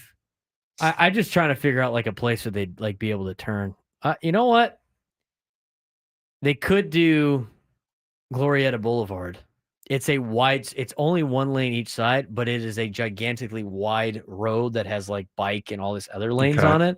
And that's the one that goes right by Coronado's golf course. So they could theoretically go, because I honestly think they could go both sides of the Silver Strand. You have to figure out a turnaround. You can down by the Silver Strand training complex. Yeah, which is again military activated, and then you go up Orange Ave and you come back around. You make a turn before the bridge on Glorieta Boulevard, and then you go through Glorieta Boulevard by the golf course, and it will loop back to the Silver Strand. Yeah, there's just so much, especially, and I don't blame MTS. bit when they say that they don't want them running over the train tracks. I do not blame them at all. And this is kind of why you start to think, yeah, it's great. It's awesome. And NASCAR, if anyone for NASCAR is listening, we are 1,000,000% down to help you do whatever you need to do as far as promotion here. But the more you think about it and the more you try to place it and the more you try to think of restrictions, it's the harder and harder it is for me to see this actually happening. I like the Coronado idea. I'm on board now. Because it annoys the rich people and you get to see Manny Machado in his pajamas. No. Okay.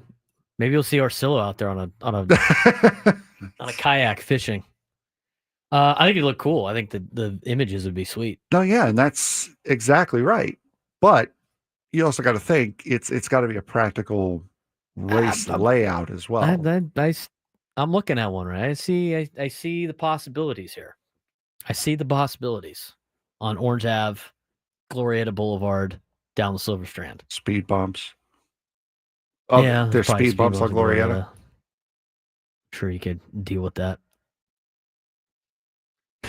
It's all 25 miles an hour, and they already can't stand the military traffic. That's you know right. The best part is there won't be any traffic because you won't be going on it. That's right.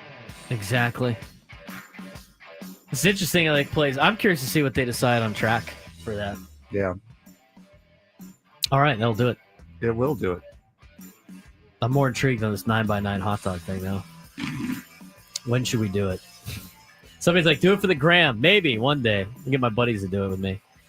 We will talk to you guys tomorrow. Gwen and Chris coming up next. San Diego Sports Station, 97.3 The Fan. Adios.